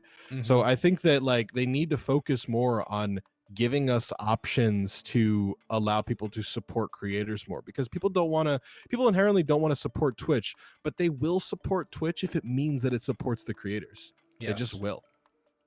Like that's why people gift subs, and gifting subs too, by the way. Like I have to say, like in terms of like like monetary support, like a straight donation is always going to be better, right? But in terms of like growth for a channel, gifting subs helps so much, because you know what you do when you gift 10 subs to a channel, right? 10 people that may or may not be in the channel at that time will all get a notification popping up on their Twitch that says that you were gifted a sub to this channel, and a lot there is proven engagement from that, right? Like people, and I see always that shit. Click on those. Like I'm always like, oh, I got one, and I always stay in chat. Like I always hang out. I'm like, oh well, this is really cool. Like I agree. Like it's an incredible tool for like outward engagement. I absolutely am enamored. It all comes down to Twitch's recommendation algorithm, right? Like you get gifted subs. Like when somebody gifts subs in a channel, right? They're gifting subs to the community, right? And the community means like it's always going to start with so there's going to be a hierarchy, right? Like if there are people in the channel that don't have subs, then those are going to be the first people. The people who are most active that are in the channel, they're usually going to be the first people to get the subs gifted to them. So that's a great start, right? But then beyond that, on top of that, they go to people who otherwise don't watch your channel, might just be following but aren't necessarily viewing regularly, and they haven't been given a reason to. So this could be their reason to. It could push them over, or it can just be people who have never seen your channel before, right? If you really hit over that mark of like, you've already got all of your people that are in your chat right now are subscribed, all of the people that are like following, even like not just following, that's a hard mark to hit, but like a lot of people who are following are subscribed now, then it bleeds over to people who the channel would be recommended to thereafter, right? Like whoever is in your recommendation algorithm, like those are the people that you're going to be most likely gifted subs to. So at a certain point, it's like Twitch is it's like hats off to Twitch for their recommendation algorithm, because I think that like there's not a lot of like understanding by people into how it works, and like the little bits and bobs of things that I've done to poke into the Twitch algorithm to understand how the recommendation works has really allowed me to like min-max like the way that I can drive new traffic to my channel, right? Like I've taken a very like, you know, like scientific approach to it, and like trying to understand like what it is that really, you know, drives people to get recommending your channel. And what it really comes down to is connection, right? It comes to networking, so to speak, right? So when you find yourself in another person's Twitch channel and you're messaging in that channel, you're actively involved in that channel, the other people who are in that channel, right? Twitch's algorithm sees the people who are in that channel to have a common interest with you. And when you stream and you have a relatively successful stream to the point where Twitch is going to want to recommend certain channels to watch, you're going to show up on that list for these people that are in that channel that you're actively engaged in, right? Because Twitch sees some intangible connection between the two of you that connects you guys and says like, all right, well, he's interested in this guy, and this guy who's streaming right now is also interested in this guy, so let's recommend this guy to this guy who's just a viewer, you know? So that's kind of generally speaking how it works from my understanding anyways. So Yeah. that's why gifting subs is such a great way of like of helping a channel grow, because it literally like it bypasses the recommendation algorithm. Well, it doesn't bypass it, but it utilizes it and puts a fucking a notification right in front of somebody and says, hey, look at this person right now, you know? It's insane, because like I love going down recommended. Like at night I'll just scroll through, like usually the first two will be like people I follow's live channels, but the next, like I don't know, there's I feel like a lot of streamers that I found and that I popped in were just like on my recommended feed, and like you were on my recommended feed. Like it just I'm forever thankful for like however that works out, because yeah, it honestly, I feel like I vibe with a majority of people that I find. I found Narky, I found you through recommended. Like it was just like random happenstance of just like I really vibe with a lot of the recommended channels. And I feel like also we can go down, like if you and I went down like the path of like who we both like watched prior to you getting recommended my channel, like we would probably find somebody in common there. Like that's just typically how that works. So you know, I think that's it's just an interesting way of looking at it. In fact, you know, one thing that I've noticed is that and this is funny, like, so you remember the stream that I did that I'm not too proud of, right, where I was doing the swiping left and right between the girls like Twitch profiles for people that I was supposed to be on stream dating with, right? It was a bit much, I'll admit, okay? But the fact of the matter is I shout them out, right? I shouted one of them out, okay? I shouted one of them out, and what must have happened was that somebody from my channel clicked that shout out link, right? They followed that channel, and then there's the connection between that person. And then what happens later? Like there are 40 people watching my channel. Twitch sees my channel as recommendable, right? And then that person all of a sudden gets recommended my channel. So there's some connection that was bridged between me and that viewer outside of just like them watching the channel, right? Like you being a viewer to a channel like connects you with all of the other people in that channel in some way that like we don't really truly understand, but we do know that it is a way that people get recommended on Twitch, right? No, and then 100%. And then beyond that, it's really just like the typical ways of I guess taking advantage of the recommendation, right? Like when you're recommended, like how does your panel on the recommended page stand out, right? You've got to have a clickbaity title, and you've got to have a you know, I guess like a presence enough visually on your stream that you show all the time. Like you need to have, that's why aesthetic matters so much on Twitch, is because you don't control your thumbnail, right? You don't control the thumbnail, and when you're doing shit that's interesting enough all the time, right, people are going to be more likely to click on your shit, you know? Like you have, it's like it is live clickbait. It's live clickbait is what it is. I don't know how the algorithm works for thumbnails, but like especially the ones that show up like while you're live or while mid-stream, however it works. But like the amount of like awkward faces that I have between like half of the channel point effects or like the weird zoom ins, I've had just absolutely bananas thumbnails where it's like my face, I'm like, if I were to see that, would I click on it? Because it would have a title. Today's title is a little tame. Ham and booty. I'd click on a ham and booty sandwich. And like, there's just so many times where I can only imagine. Let me read some of my recent titles to you. This is the length that I go to. Okay, I'll read some of my recent titles to you. Oh, Jesus Christ! Shut up! Shut up! Shut up! Shut up! That's my channel trailer. Comeback Kid comes in parentheses back. Come spelled C-U-M. Spicy Noodle Shrek reading. Trump sits when he pees. POV Scavenger Hunt. The only hot single left in your area. POV Doggy Style with chat. Happy Jew Year. Team Face Paint. I've got one that literally just says I'm a Jew. I've got one that says my stream is better than whoever you simp for. I've got one that says I lick a chocolate condom at Subgoal.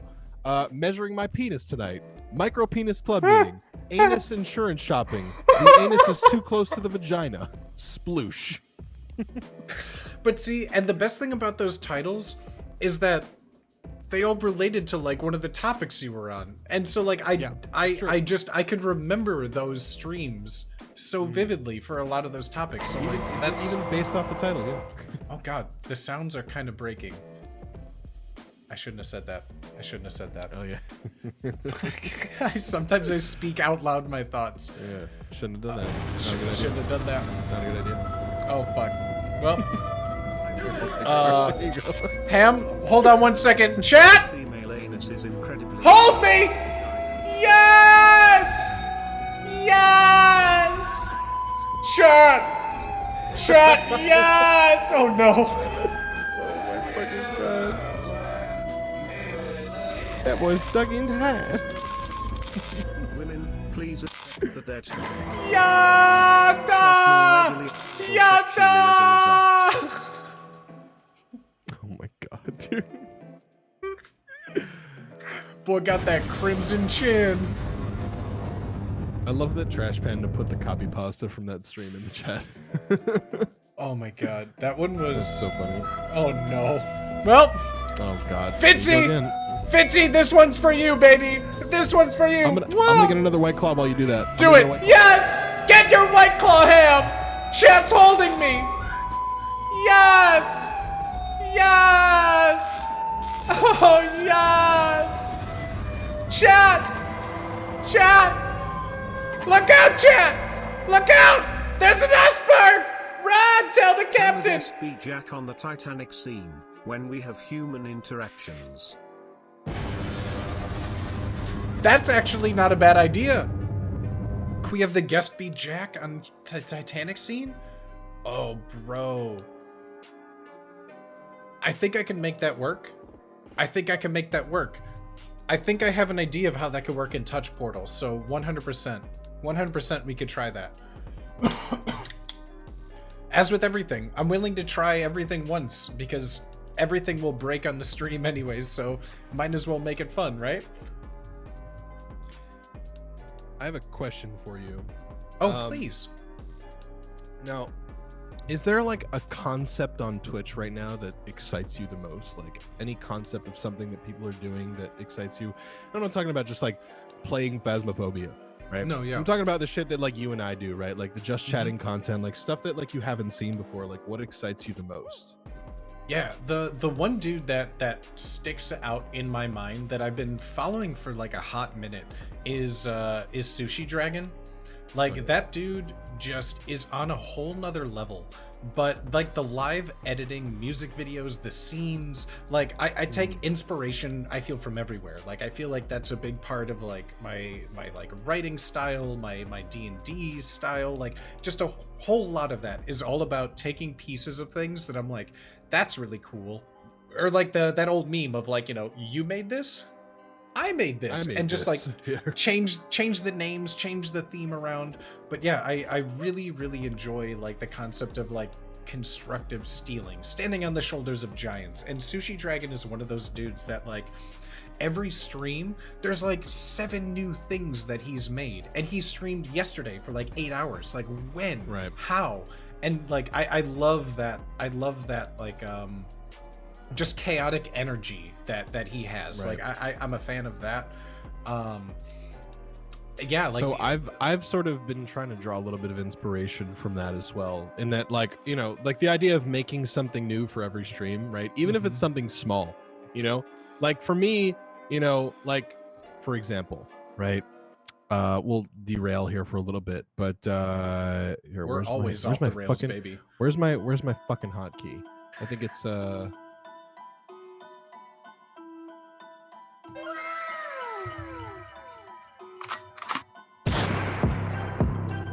Situational versatility, situational versatility, situational versatility. Yo, situational versatility, situational versatility, Situational versatility.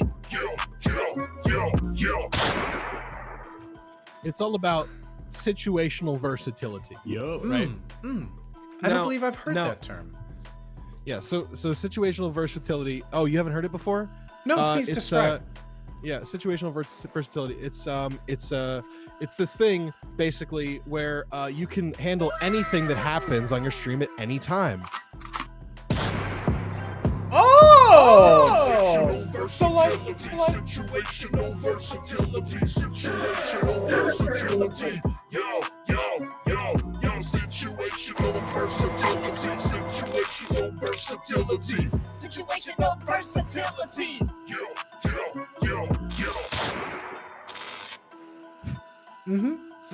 Oh wow. The point I was really trying to make. The point I was really trying to make was that I like to try to put together a little something like that for every stream, like a pee pee poo poo check, right? Yeah. Like the flag drop associated with some sort of bit or whatever it is, you know, whatever it can be. I try to like put together like a little thing, like that's what I've been trying to get better with Premieres. Like I can just throw something together, you know, like make a green, like I have a whole folder on my desktop. It's called greenback effects, right? Yeah. So like I can show you like I've literally got like the We'll Be Right Back, the GTA wasted effect, right? But these are just like two things that I like, you know, and also like the racist alert. That was another big one, right? That was a long time ago now too. Oh, there's you know? the chauffeur. Your chauffeur. Yeah, the chauffeur. Yeah, The chauffeur like was that was classic. another big thing. Yeah. So try to put something, and I usually think about them in the shower before I go live. So, but yeah, like throw together a little fucking bit on Premiere or something before I go live on stream, like something that doesn't really take too much time. If I can do it, if I have time for it, I try to make that happen, right? But yeah, best ideas are formed in the shower. They really are. Yeah, right before stream. I feel like half of the things that I've thrown together have been like, oh fuck, I go live in 20 minutes. Can I do this? And literally I put OBS in studio mode to have like stream starting while I'm still like trying to not break things on the one end. Yeah, no, it's that chaos, that like chaotic energy of trying to like set up a bit with like not a lot of time that really like almost makes it better. And sometimes it doesn't work, right? But it introduces a certain amount of scuff to it that makes it get to a point where like the scuff almost like gives it charm and it makes it funnier. 100%. 100%. It really does. And So that's what I love that think is shit. like the best thing about Twitch is that it's not broadcast television. There is the time for professional polish and you can get that, but I love things that show that just like the humanity of people, like the humans of Twitch, of just like things are breaking and watching people react to them breaking is more fun than if it went perfectly as planned to me. Like I love that. And when it does go as planned, like, oh my god, it's even better because it's I don't know. I love just like I always describe scuff like that thin layer of just like bitter, just wheat paste, just hydrogenated Vegemite on a buttery piece of toast. Like it makes it just like a little better. Oh, it's so good. Just like, oh, I think a great example of that is Sushi Dragon, right? Like he like it's not like, because he has thousands upon like tens of thousands of dollars of equipment in that basement that he streams from, right? Like I'm talking about like professional, like studio grade, like actual professional TV grade like equipment that he uses, you know, like, but there's still scuff on his stream. There's still scuff. And to take the scuff away, to try to have like this, you know, this scripted, like it super fucking like on key show, like that just happens to happen live. Like if you're gonna have something that's so scripted, if you're gonna have something that's like super like, you know, like cue this, cue that, like everything is like planned to a T, then you're not doing a live show anymore. At that point, you may as well pre-record something, because you're not introducing the element of situational versatility, right? My hand's cut off. That's right the there. most important thing, dude. Exactly. We're gonna do it again. Situational versatility. Situational versatility. Yo, yo, yo.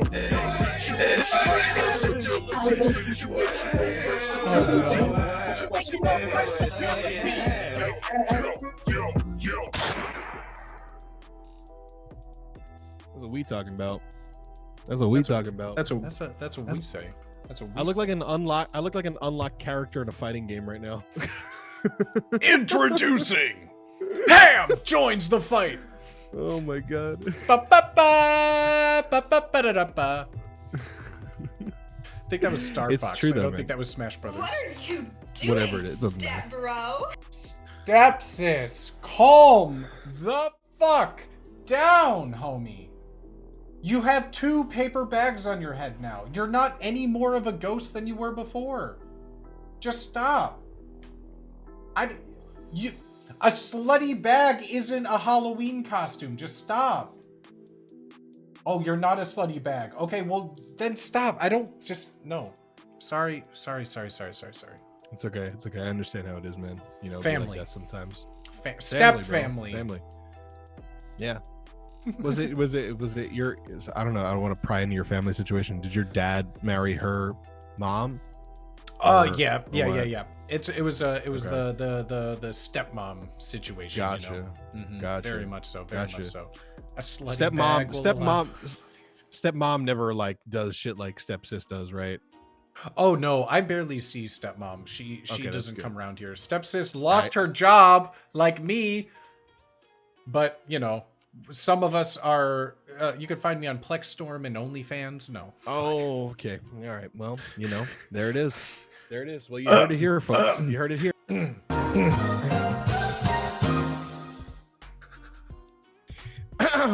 Watching, who was it? Someone. Oh, I think it was when Quinn was on Andy Milanakis's Adopt an Affiliate, and everyone in that room but 2 people knew what, or did not know what Plexstorm was. And the concept of, God. like, and even one of the guys was like, wait, there's a place to play video games you could just be naked? And everyone was like, yeah, bro, like, it's like a thing, it's a whatever. And then Yeah. he literally went, how do you stay hard and play video games all the time? And everyone's like, bro, you don't have to be hard. That's when he turned into the Hulk and he's like, that's my secret. I'm always hard. Right? Like, I don't know, pills, bro, like business expense, bro. but just to like his Wait. genuine curiosity, like, wait, how do you stay hard all the time while playing Call of Duty? Like, just got me. Fucking got me. Yeah. It's funny. My response to that would just be like, hey bro, why you get soft ever? Like, come on, dude. Whoa, hold up. Like- It goes down? It go down? It go down? Elevator go down? Oh my god. Booty and Stepsis gonna fuck around and have themselves a Neff son. Oh my god.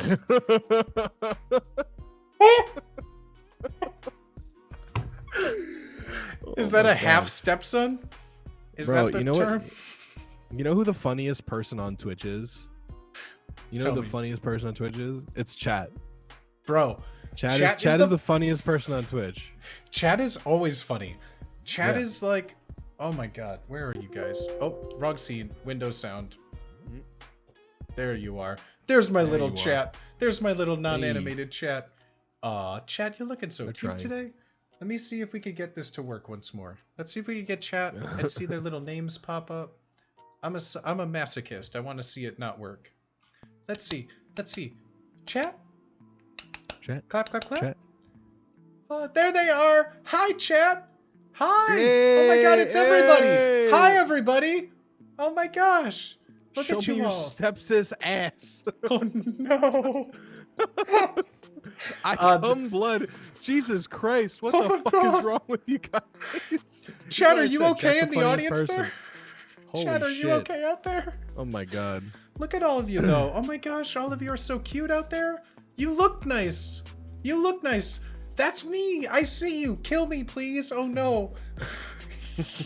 So no.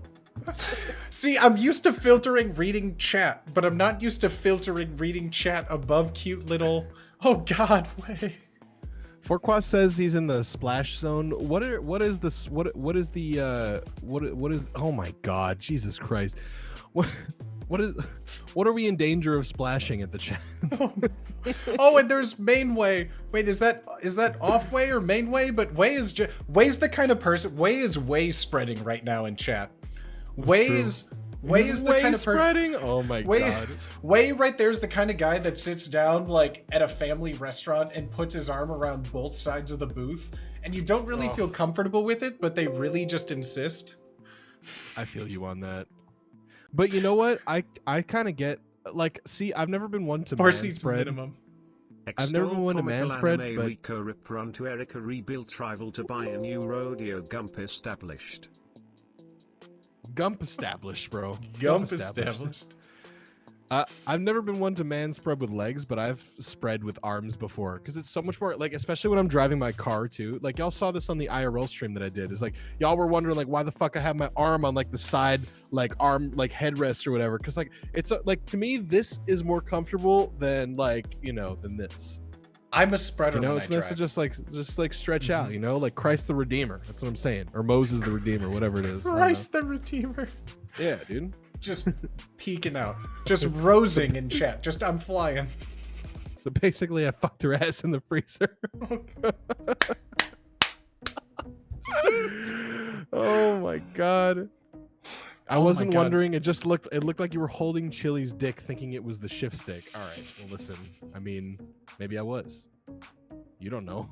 You don't know me like no that. judgment. Okay. No, it was his car. This is all I have to say is, Huh? I didn't know that's what Chili calls it. Yeah. The shift stick. True. Yeah, you're right. But I'm the same. Like, cause my steering wheel. I've had my car now for 7 years, and like the left side of my steering wheel in like 10 o'clock position is faded. The leather is like ripping and rubbed because my hand, usually my elbow's on the window, my left hand is here, and my right hand is either on my shifter or like resting on like my console panel. Like, but it's I have to be spread out driving. Yeah, same. I'm literally cruising down the street in my 6'4" when I'm driving, like even though it's my 2005 Honda CRV. So am I rolling in my Mazda 3 Dolphin Blue? You got a Mazda 3? That's the car that my ex-girlfriend crashed. Oh shit. Chat! Hold me! Yes! Mazda 3! Yes, chat! Yes! What? Yatta, chat! Yatta, chat! Yatta! I had something in my throat real quick. I'm sorry. Yeah, it's all good. It's all good. I feel you. Yatta! Yatta! That's like the funnest thing to scream with a reverb. Like, do you want to give it a try? I'm just telling you, give it a scream for us. You want me to do it right now? Please, Right, I want to hear a little. I'll give you a little reverb. Hold on. All right, hold on. Here we go.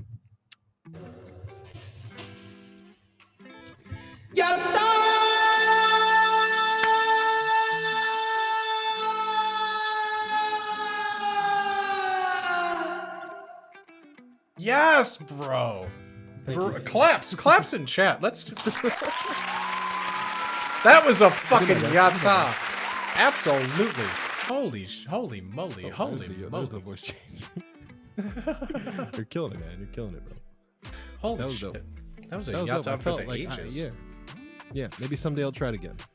Yeah, you know, it's when you feel the yatta in your heart. It's true. I've been weebing out a little bit lately. COVID got me weebing out. I was not ever watching anime before COVID, and then like post COVID, it's literally just like, like I'll just be in Discord and I'll just be like, Daijoubu desu ka? Nani? Nani? Sugoi. Like there's certain there's certain ones that just like I pick up on that I can't stop with, you know, like like Sugoi is always the Nani, Baka, like just fun just words to say in situations like that. Oh shit.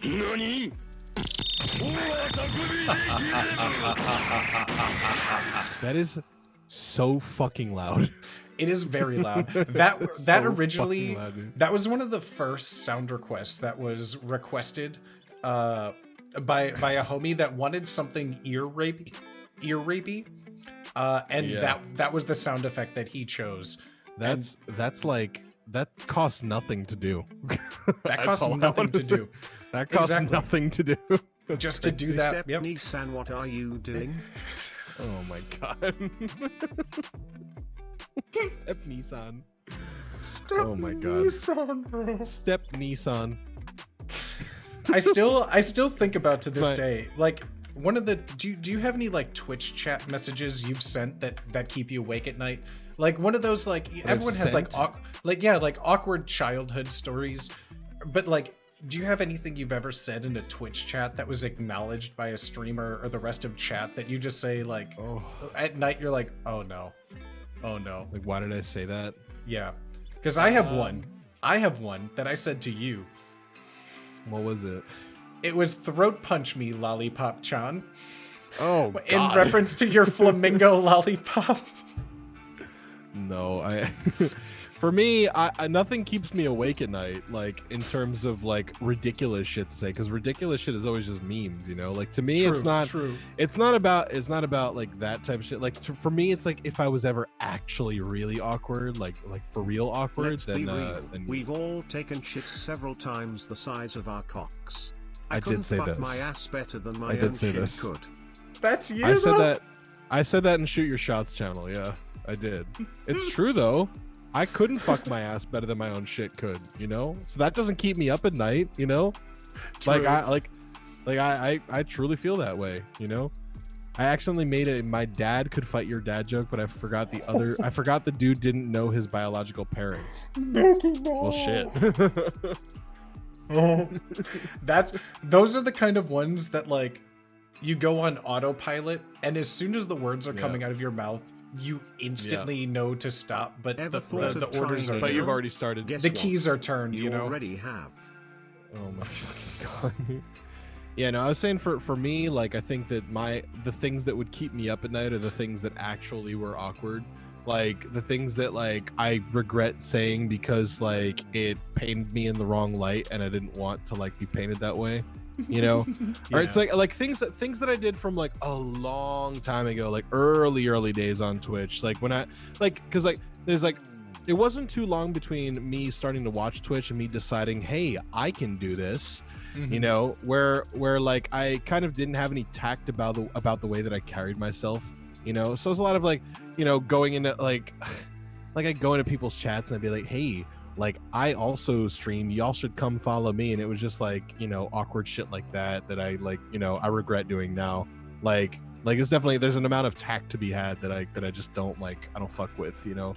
Like it's it's a learning experience though. So very much so. You know.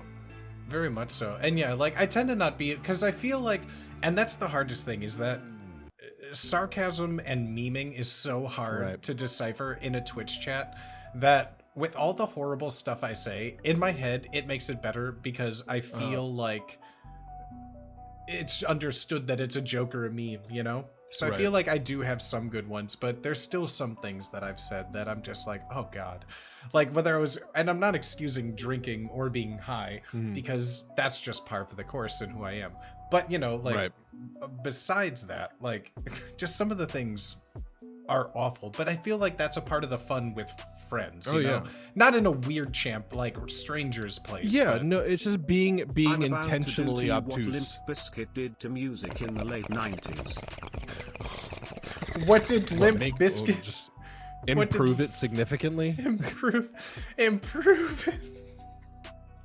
I loved Limp Bizkit back in the day. I don't think I owned a single Limp Bizkit song, but I've gotten down to some biscuit. Cut Mr. my life Biscuit. into pizza. This is my last. What was This it? is my last.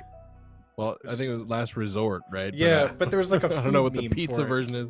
Whatever. You know, I don't know. Like, listen, man. Sometimes, some days, you're just feeling like a freight train. That's all I gotta say. So. This is my plastic fork. There you go. Love me some Skit. Oh, bruh. What you listening to on your do you remember the tiny Oh my was it God, like the tiny yeah. discs? The tiny disc players or mini discs, mini CDs? What were they called? No, but you're talking about the like the purpose-built one, right? Where they gave you like the cartridges and shit. Yeah. Like it was like something with clip, like right. Hit clips. like, hit clips. Hit clips. Yes. That's the one. Yeah. Yes. And it was Oh like my a God. 30-second song on like a Nintendo DS cartridge a decade before Right. the DS came out. Right. Those were the Yeah, fucking worst. That was so dumb. It's like why would you get something that you can only listen to 30 seconds of? At that point, like, And it would be there's like MP3 players, right? it was the worst part of like the iTunes Yo. like temporary try this song. It'd like come in halfway through the chorus and then sound like shit and end. In the era of iPods heydays, right? Did you have an MP3 player, or did anyone have an MP3 player that like wasn't an iPod, right? Like something that was outside of that but was still trying to be an iPod, kind of like a regular, like some shitty old MP3 player that held like 120 songs on it, maybe. Mhm. Or like, yeah, so a Zune. I had a Zune. Zunes were actually pretty good. I liked my Zune. I really did. I liked my Zune a lot. I took it skiing with me. I you liked know? how the Zunes looked. I liked the feel of them and all that, but I Right. hated the Windows Store for music and everything. Hated Right. that. Sony Ericsson Flip. Like, I don't know, man. Like a lot of fucking like older MP3 players were just like garbage tier, and I fucking hated them, dude. You know, like because they were just like the most terrible UI, and then like to load music on them, you'd have to get a very specific format, and you'd have to load them into a file and not onto like a piece of software. Mhm. You know, I liked the iPods back in the day because I remember when I finally got a green iPod Mini, right, and that was like it changed my fucking life. It was nuts. Bro. Like Yeah. and It was even like- having like the 4 gigs of music or whatever it was blew my mind. Absolutely blew my mind because like MP3 CDs, I didn't have anything to play that. Like I just had a fucking Right. like shock absorber CD player to listen to my fucking Right. Burn Gorillaz album. But like 4 gigabytes of songs was bananas to me. Like I Right. didn't know what to do with it. And then, you know, fucking were you a Oh, yeah. LimeWire Kazaa?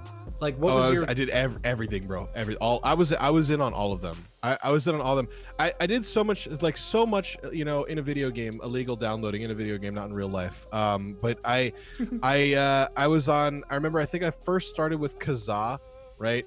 This was I was living in a trailer, right? Not out of necessity because my house burned down.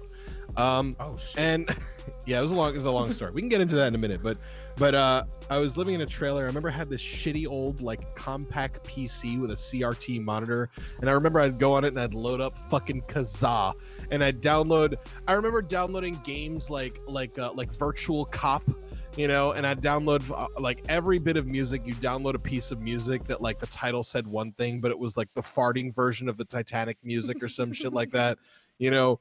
Like it was literally the Wild West for like, you know, for shit. And then half of the shit was just malware, you know. Mhm. Like how It'd many be- times, like I'm surprised my computer didn't catch fire, you know. New Weird Like, it Al was bad. song.exe all the time. Yeah. All the time. Yeah, no, never I knew. See, even as a kid, I was smart enough to know not to click on an exe ever, you know. Mhm.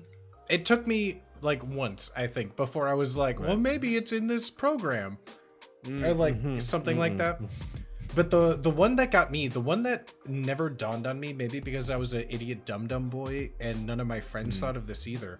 So when you had like LimeWire or Kazaa, Right. I've talked to people who said the first thing I downloaded every time, cracked version Kazaa Pro. Were you one of those people? Like, would you No. get like the Pro unlocked version for yourself No. first? No. I never No, did, no. and it seemed like a fucking 10 head move for the time. Yeah, for sure. Yeah.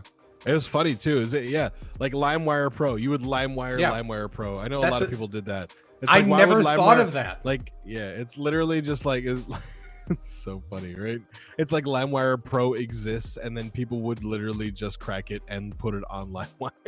That shit was and so like fucking that thought funny. process never. I'm like, oh, I'm not paying for LimeWire Pro, Mm. but like literally, I'm using it to not pay for anything, and that thought just never crossed my mind. Right. Like for me, but I did everything though, you know, because Mhm. I remember my dad got Napster back when Napster was a thing, right? Mhm. So we had Napster, we had Kazaa, we had LimeWire. You know, I eventually got into torrenting. You know, did like uTorrent and shit like that.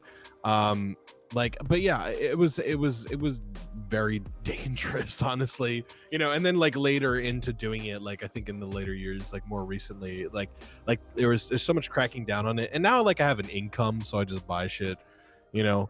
And Mhm. also like Spotify killed everything, right? Because it's like what a great thing Spotify is, you know, just to be It's able to insane. pay like I'm happy to like have a legitimate way of paying like, you know, $10 a month or whatever. I don't even know what Spotify costs these days, right? But I Mhm. pay for Spotify, and then I just have a legitimate way of listening to pretty much whatever music I want, because everything is on fucking Spotify. The only You know? thing that drives me up the wall, and maybe it's changed, but I haven't searched for it because it's one of my like favorite summer driving CDs. Dr. Dre's The Chronic is not on any like fucking platform, and that Yeah. drives me insane. Someone told me Yeah. like, oh, it's on Amazon Music now, and that was a lie. So like, Right. it's one of those Right. but it's those very like one random album you'll find out of everything. Mhm. I remember Apple like a long time ago. There was a while ago where Apple had like this big announcement, right? Where it's like big announcement with iTunes coming tomorrow or something like that. And then like they hyped it up, and then they come the next day and it's like now introducing all of the Beatles music on Oh my Apple God. iTunes. I remember And it was like, and that everyone shit. was like, we don't give a shit. Like they were just like, oh, it's like such a big deal because all of a sudden now like this, you know, age old copyright dispute between Apple Records and Apple Computer is now like solved. So now you can go on iTunes and pay what $120 fucking for their entire discography. Meanwhile, we've all got it downloaded already. If you haven't got it downloaded, you've bought CDs. If you haven't bought it, like there have been literal decades between the creation of this music and now we've got it already. Like we figured it out. And it's without not you some guys grand having- announcement. It's not a keynote. Yeah, it wasn't a big speech. deal. Yeah. The was crazy. The U2 thing Yeah. was fucking bananas because that Ugh. kept it, that like installed every time you connected an iPod to your computer. Like I would Yeah. delete it. It They connected. made the a internet. whole iPod themed by U2. Like Hated it. Is And it was the cool black and- because the it was black like and black red and iPod? red. Yeah. yeah. And it looked sick, but I was like, I'm not doing that. See, the thing is, I would have loved to buy. Hello. I would have loved to buy At that. Booty Swagger, the Chronic is on Amazon Music. I just went and looked. I'm not being Oh, there you fooled go. again. I'm probably gonna look, but I'm not getting my heart set up again. It's one of those things, right? Like I lost my train of thought because Mr. Fabulous. Holy shit! What was it? What were we just talking about? The Beatles on iTunes. YouTube, We already YouTube, covered YouTube's, yeah. So the YouTube iPod, right? I would have bought that shit because I loved how it looked. I love the black and red aesthetic, right? But Same. because it was branded for U2, right? Because it was the U2 iPod, I was like, nah, fuck that. Like I'm okay. I'm okay on that shit, dude. Nope. Like Yeah, exactly. I'm not a big thing on like branding in general. Like obscene branding. Like I don't really care for logos of like brand. I don't know. It's just like I don't even wear like many graphic t-shirts or anything. I just like very clean things. Right. And yeah, just like having like my phone have like being associated with like a band, like, oh, you have an iPhone, yeah. but it's like the Blink 182 edition, I still would feel self-conscious about it. Like I just don't like having yeah, no, that. I get weird about that, right? So like if it's a shirt, it's one thing. Like if you wear a shirt for a band that you like, that's just you saying I like this band, right? But you having a band thing associated even for your phone case, but if it's literally printed on your fucking phone or some shit, like you're carrying around your fucking phone, right? This is something that you carry and use every day, and you're going to pigeonhole yourself into one specific thing, right? how much can you love one specific thing? I never understood that, right? Well, like that people who will get, I know someone who got, like, I have a friend of mine got Judas Priest tattooed on their fucking body, like the logo for Judas Priest tattooed on their body, and I was like, what? Like, that's it doesn't always make sense been to me. my dilemma with tattoos is throughout my whole life, and I think I've said this, I don't think maybe here, but like as a kid, did you ever like draw on your hands with Sharpie, with pens? Like I used to give myself full sleeve tattoos, and like I'd always got the whole thing like, you get ink poisoning, you shouldn't do that, you're gonna get sick. Never got sick. Not advocating it if it's true, not saying whatever. I haven't looked into this, whatever. But it was fun, and my parents had always assumed that as soon as I could, I would just be tattooed up. Covered in tattoos, But I never could decide thing. on anything. It's commitment. And I always have that thing of like, well, I don't know if I'll like this again. And even tattoo ideas that I have that I still like a decade plus later, I'm like, but maybe in another decade I won't. I want one. It's just, I don't know what to do at this point. Like I have so many options, and I have so many, like I want one, but it's just, I never know what to do. My only advice on this matter, and I tell this to everybody, right? The first thing is first, right? Is never, ever, ever, ever, ever, ever get something branded tattooed on you. All right, don't tattoo a brand on you. That's a terrible idea. Okay, never tattoo a brand on you. Okay. The other thing to take note of is yeah, no, I don't tattoo a brand on you.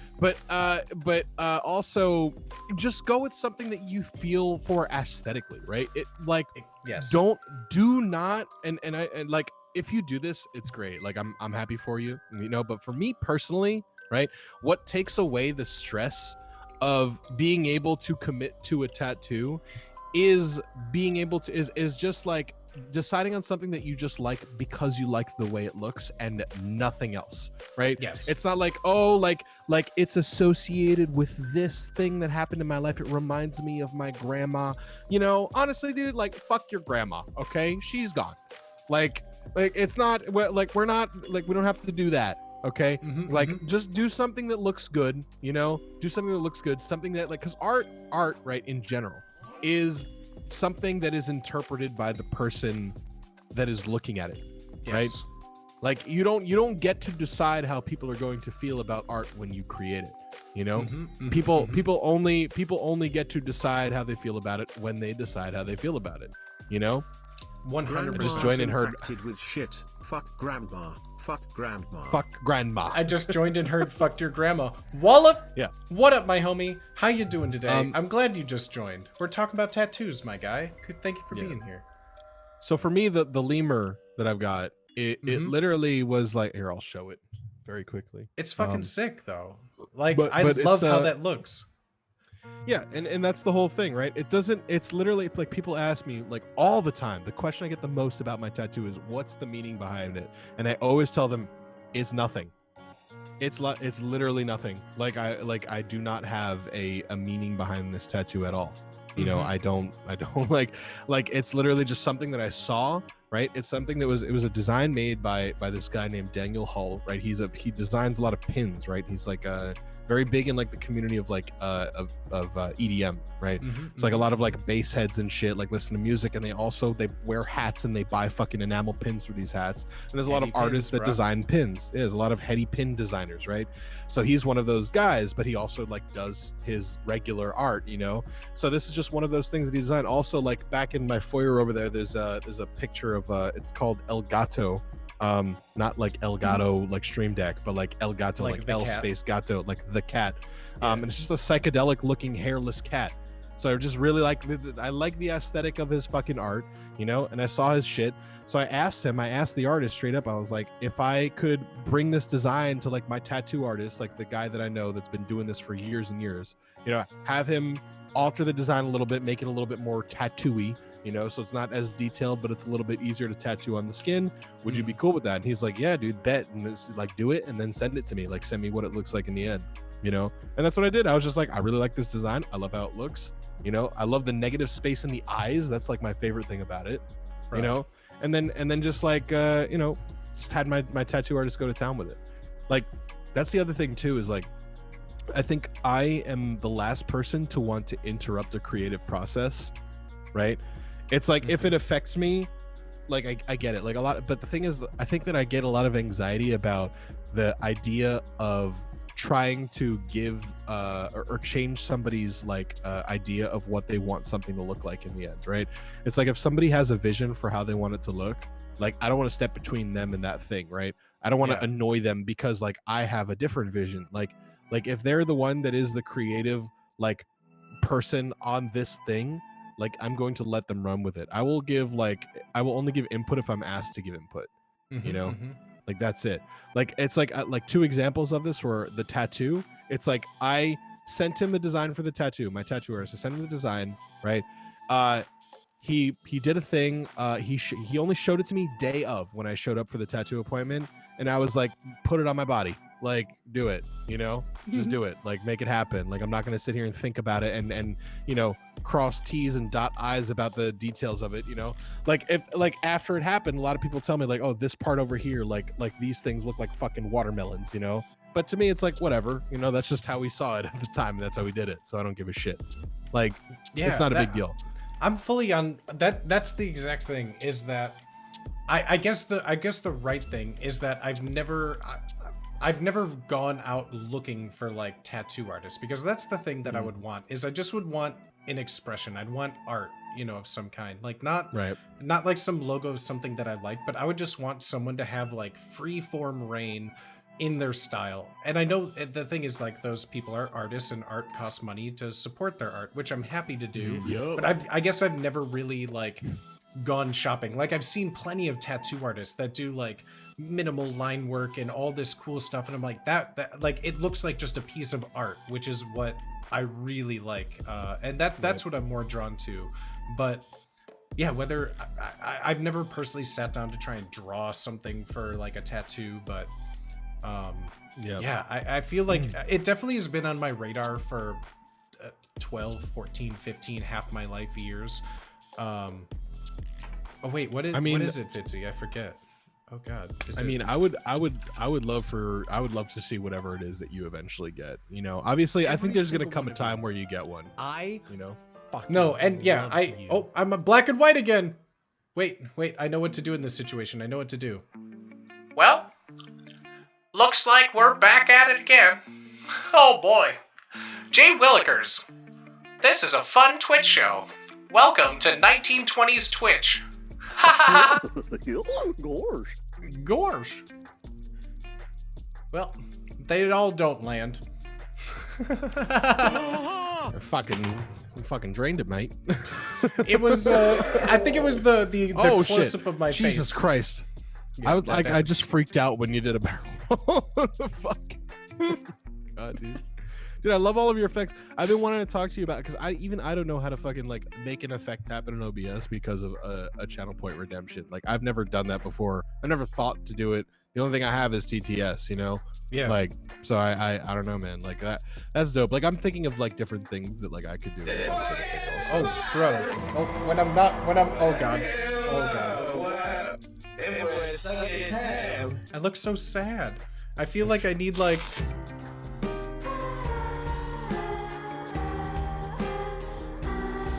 Darkness, my old friend. I've come to talk with you. It never gets easier! Oh god. Wait. Oh, the screaming sunrise sound suddenly stopped. Oh. That's an interesting glitch I've never had before. Huh. Well, there you go. You First time for everything. There you go, bro. Okay, that was my imitation of... When you go that like loud, it attenuates you.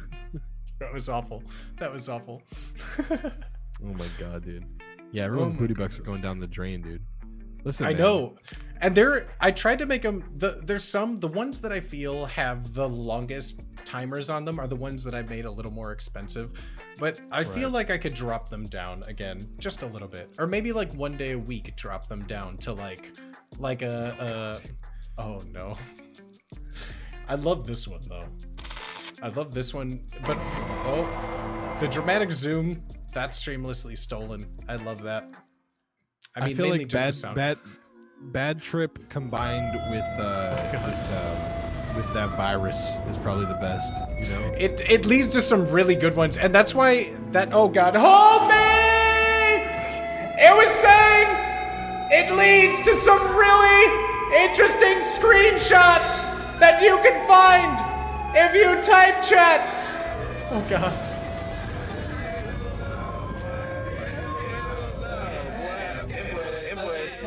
Why am I still? We're fucked here. We're fucked. We're fucked. We're fucked. We're just fucked, dude. Should we put chat in timeout? Should we put chat in timeout? Is that possible? Chat. Yo, what's up, Lamar?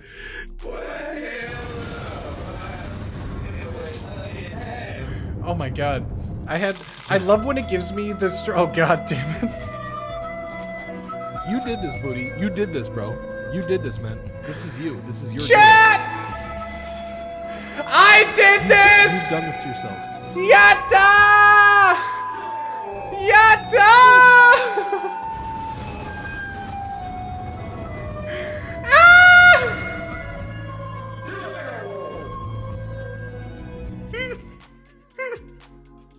I love how it kills you every time too. It just kills. Oh my God, dude. Yo, Booty. This is too much, man. Okay, so like, you know how they say, if you do what you love, you never work a day in your life or whatever, or that's not the one I'm thinking of. The one like, you should make the art that you want to see, right? Mm-hmm. You should make the kind of Twitch content that you want to see, and like, God damn it, if that just doesn't get me every time, seeing things break, seeing loud sounds, and just chat being a part of it all. It's the scuff, bro. It's so beautiful. Halara, oh my God, thank you, Halara, for being here. I'm so happy to see you, my friend. Have a wonderful day. I'll see you so soon. Oh my gosh. Oh wait, I learned that. Oh, not on the screen. The desk hides it a little more. On my normal space chat scene, I realized that the dimensions of Champ and myself, they line up pretty well, where it kind of gives me some straight Steve Buscemi eyes. Go switch to it. Go for it. See if we can catch it. Oh, what? What are you? Wait. Oh, I got him. Hello? Fuck. Oh my God. Oh my God. Oh my God. Hello. Oh shit. I'm so bad at finding them. It's like the worst augmented reality game you could find. Ooh. Whoa! Whoa! Yo! Yo! GFLMR gifted a tier 1 shit. sub to HDFOODMA. Lamar! I hope it's okay we're on a first name basis, but holy shit, thank you, my homie. Thank you for the gifted sub. Big Pock. I love how Chem Smith and Electric's Champ and Pog match up perfectly. It does. Holy shit. Yo. I haven't seen Lamar's name in a minute. I was doing some Clone Corp stuff with him a while ago. Oh, hell That's yeah. how I know him. Yeah. Oh, that's GFLMR. sick. You know what that stands for, right? GFLMR. Glucose Father Lamar. Also known as Sugar Daddy. Sugar Daddy Lamar. Yeah. Bro. That's sick, bro. my homie. How you doing? Thank you for being here, my friend. I appreciate you. Hope you're having a good day. That boy. That boy. Wait, What scene am I on? Oh my God, I'm on octave 5. No, I was trying to change my... Like, I have it's separated into octaves? Yeah, bro. I ran out of the 25 keys, so now I have to change the octaves on all of them. I got 88 that I'm ready to MIDI up, bro. That's Let's do silky it, 88. What you got, boy? What you got? And another one. Yo. Ooh. You ain't just tickling them ivories, baby. You're titulating all of me. Well, not really ivory, but you know, whatever. Well, You're tickling... in a matter of speaking, yeah. In any case. Yo, my man. homie. This has been a lot of fun, dude. This has been a lot of fun. I've enjoyed This has been a fucking riot. It has been. I'm having a time. I'm having a time. Yeah, man. I've been like waiting to come on for a while, dude. But, Oh, I know. Like, It's like I feel like because there was like a point where like I just said to you, I was like, I think I said like I would be willing to like, you know, pop on, and like I don't remember if you approached me or if I approached you first. I feel like I approached you, right?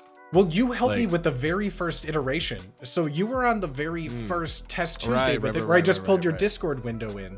Right. And then I said, you know, when I get this back, like I'd love to have you on. And then from then, you know, Mm. it always was like I'd want you to be on. But it's always my brain doesn't work into so like I I know. hear something on stream and then off stream, I completely forget about some certain tough Oh yeah, stuff, you know? yeah, all the time.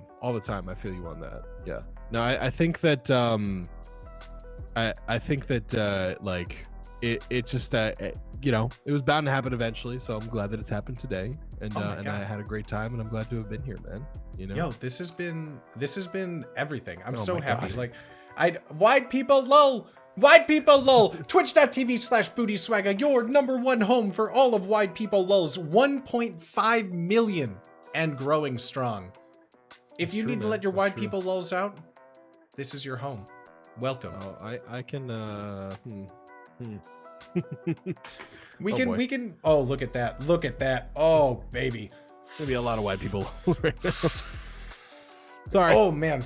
Is it 420? I didn't realize I was inhaling all these white people lulls. Oh my god. Ooh. Oh, those hit Jesus. different. Do you want to? Oh, hold on. Oh shit. All yo, right, let's this- let's oh my let's God. take. Can we have a bet right now? I'd like to have a bet with you. Let's go. Right. I don't know which way I want to go on this bet though, but I want to have a bet. Right. We'll say because I know you're about to shout me out before we end the stream, right? 100%. So let's bet on whether or not the clip is old as fuck. Let's bet on whether or not the clip is pre or post me losing over 80 pounds. Like, oh, my fucking god. Jesus Christ. It's like it's just all It's like an old animated Fire from like PlayStation 1 where it's just pixel like giant squares of pixels. All right, enough chat.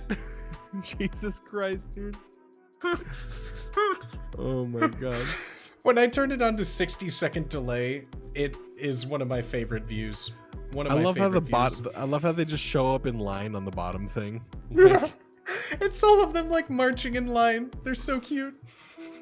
Oh my god, Way, stop it, bro. I love the only way you could tell Way is doing We it can't is see because his anything. name. Fix your scene, you dumb dumb. Oh my god. You just see his name vibrating. Well, now I Yup. see Clapton, but you Yup. just see like the subtle vibration of his name up and down, the oscillating way. Oh my I would God, argue that fam. this is too many wide people lulls. I would argue it's too many. Some think would it's- I say think too it's many. Some I would think it's too say many. just Not enough. enough. Or not okay. Well, shit. All right, which way do you lean on this bet? So I'm gonna say, I feel like every time I've shouted you out on this channel, it's been a relatively recent clip. So for that, Damn. I'm gonna say it's gonna be old as fuck. All right, well then that's good because I want to root for it being a newer clip. I want to root for it being a newer And clip. I feel don't you have wanna root for so it being many an older clip. newer, like the clips that come Yeah. off of your stream Yeah, are fucking no, that's gold. but that's I what's know. crazy about it, right? Is that I have like my 99.9% of my content is my new content, right? But for some reason, every time this shout out bot that people use shouts me out, it pulls some fucking clip of me playing PUBG weighing a fucking 370 pounds, you know? Like, so it's just the not the fucking- image I want to portray. It's the fucking worst, but it's like when I first had seen the implementation of this bot, I'm like, wow, that is a really cool way to like show people streaming and streamers. Right. And then like the second, third, fourth time I've watched it, it's just literally so much The worse. randomness needs to be It's fixed. so There's random. something about, Yeah. the randomness is not great. Like Emote the only room's chat. an Who emote put only you mode? Stop it. Oh my god. See, you're just encouraging it now. All right. Right. All right, roll it. Let's So- see what we get. Let's So see we're what gonna we get get. we're gonna give our boy Alright. we're gonna give our boy. Let me make sure, is the shout out clip player, where's this located? Okay, it's gonna be. I'm gonna put her right in the middle here. Let's zoom her in. Let's zoom her in. She's gonna show up right here. Zoom her in. Zoom her in. Loud click, click, click. All right, let's give our boy old ham and cheddar. Let's give you a little shout out. Let's see what we're working with. Let's do it up. I would say that most people don't have a step sibling, right? So it seems to me like it's not relatable enough. Like they need to have more relatable stuff, you know? Like I mean, I don't know, dude. Like everyone's got a mom, bro.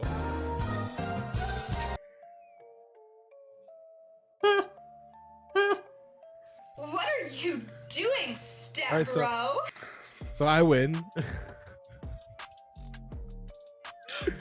All right. How's that? Taken out of context, I would say.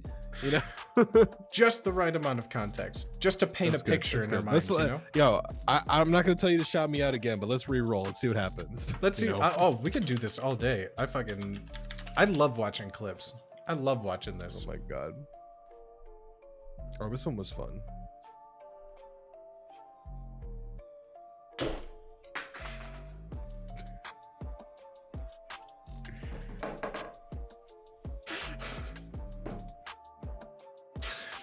Yeah. So you smash a coffee table, then what? Bro, then what? My mom called me today. She FaceTimed me and she said, I've got this old coffee table. Do you want it? I was like, yes. No way, bro. Yeah. I think we're past due smashing a coffee table, you know? It's been a long time since, and then what? Yeah. It's been a long cliffhanger. And then what? Smash a coffee table, then what? You know? Smash another one, and then what? We'll smash and another then one you now. smash another one. Smash another one. Yeah. And another one. I think, yeah, it's just that I think that most of what's in my vacuum is bits of table, so. I honestly would wager a guess that that's the case. Like, but this one's mahogany though. This one's mahogany, bro. Oh shit. So it's not going to be as simple, you know. So we need to treat treat it classy. We need to like put some like glasses of champagne, some cava on the table, maybe like a nice roast. Oh god. And then just completely fuck it up. And then just completely fuck it up. We'll see. Yeah, we'll see. We'll make it nice. We'll make it nice and we'll fuck it up. I absolutely can't wait too. I can't wait too. Let's do one more. Let's do one more for the road. One more for the road. One more for the road. Because honestly, I'm still kind of hoping. I wanna see. Oh. And I was like, it's coming out, it's coming right now, it's coming. You know, like a sexual. I don't even know. Almost. Oh god. Speaking of lack of context, I think again we had just enough. Yeah, perfect amount. All right, well, listen, man, I had fun. This was great. Thank you for having me on. All right, we'll chill in Discord later. 100%. And if there's anything else, chat, round of applause for our boy Hannah Cheddar. Round of applause. Thank you for being here, my friend. Thank you so much. And if there's anything you'd like to say, anything, I leave you with chat for some final parting words, my friend. My final parting words for chat today are, I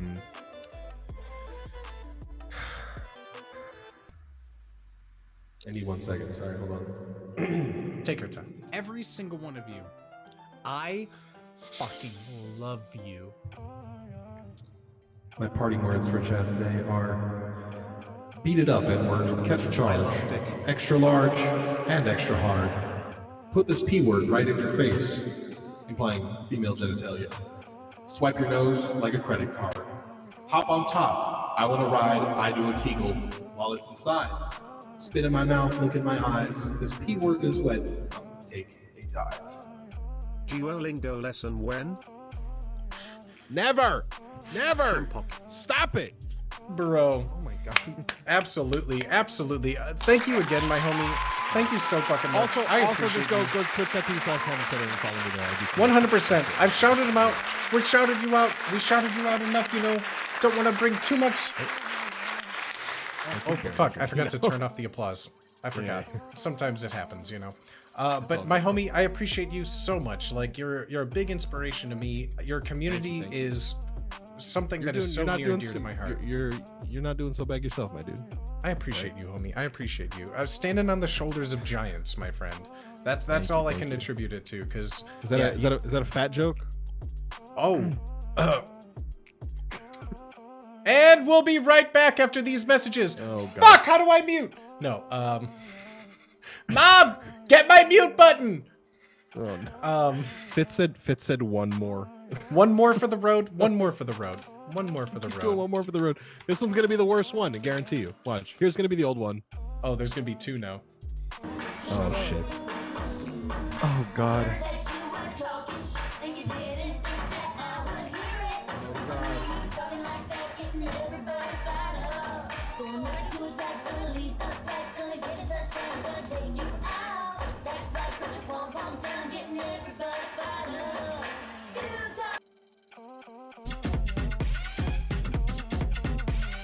Oh shit.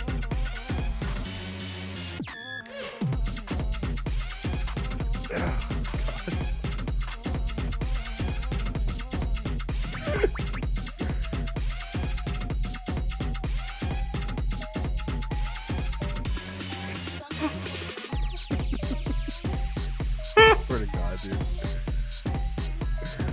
All right, it's time for me to go. It's time. Oh my God, this is such a long clip, bro. I don't know, man. I don't know, bro. I don't know. That's fucking gold, baby. That's That was from fucking Cinco de gold. Mayo. All right, love I you. love that. Thank you so Yo, much for having take me. care, my boy. Have a wonderful fucking Thank you, night. I'll thank talk to you thank so soon, my guy. All I'll right, talk to you thank soon. you, bro. Appreciate it. Take it easy, man. Absolutely. You too, baby. You too.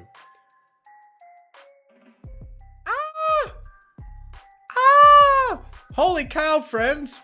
What a wonderful night. What a great night, chat. How y'all feeling? That was amazing. I had so much fun. Holy shit. I can't believe that it's been like nearly 4 hours already. I cannot believe it. The time has literally been just fucking flying by. Oh my God, how dare you put that water ketchup? I see you. I see you. I'm glad that didn't play because that squirt that would kill me right now. That would literally kill me right now. But my friends, you know, it's gonna be that time where we are gonna be winding down, you know.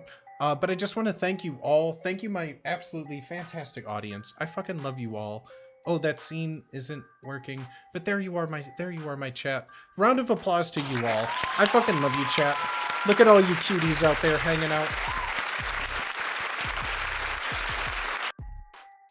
Thank you so much to everybody for being here.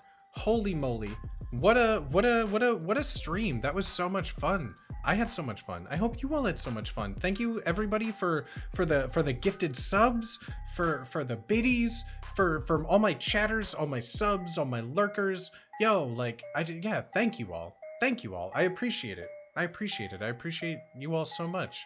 I will be back well, Tuesday, tomorrow. Oh my God, we barely even talked about this. Tomorrow, the reason we're doing our talk show today is because I'm going to be on our boy Ham and Cheddar's face painting stream. We're going to be face painting tomorrow. So that link up in chat, our boy Ham and Cheddar, we're going to be painting our faces. It's zombie Halloween themed. 2 teams, painting our faces all zombie-like. You could talk to Fitzy in chat. Ask Fitzgood if you want to partake. If you have any questions, Fitzy will be able to guide you in that. You just need to, you know, have a camera, mic, working everything. Talk to him to make sure you qualify if you like face painting, because it's a fucking riot. We hang out, we sip some alcohol, we hang around. It's a good time. It's such a good time. So tomorrow, I'll send out a notification through my Discord, which if you want, I'll post right there, my friends. We have booty art. We share stream poetry. We have all sorts of just fun things. So, you know, hang out in the Discord if you'd like. And yeah, my friends, I guess I'm not sure where to go from here, but I just wanted to say, you know, thanks for being here. Thanks for hanging out. Thanks for being each of you. And as always, chat, oh, that's not the right. Where's my right? Why won't it click? Why won't it click on my scene? Why won't it click? Mwah! Mwah! Have an absolutely beautiful night, my friends. And I will talk to you all. I will talk to you all tomorrow, tonight, later. If not, I'll see you Tuesday for face painting, Thursday for some spooky storytelling, my friends. Adios, Goodbye, my friends. Have a wonderful night. I fucking love you all. Take care.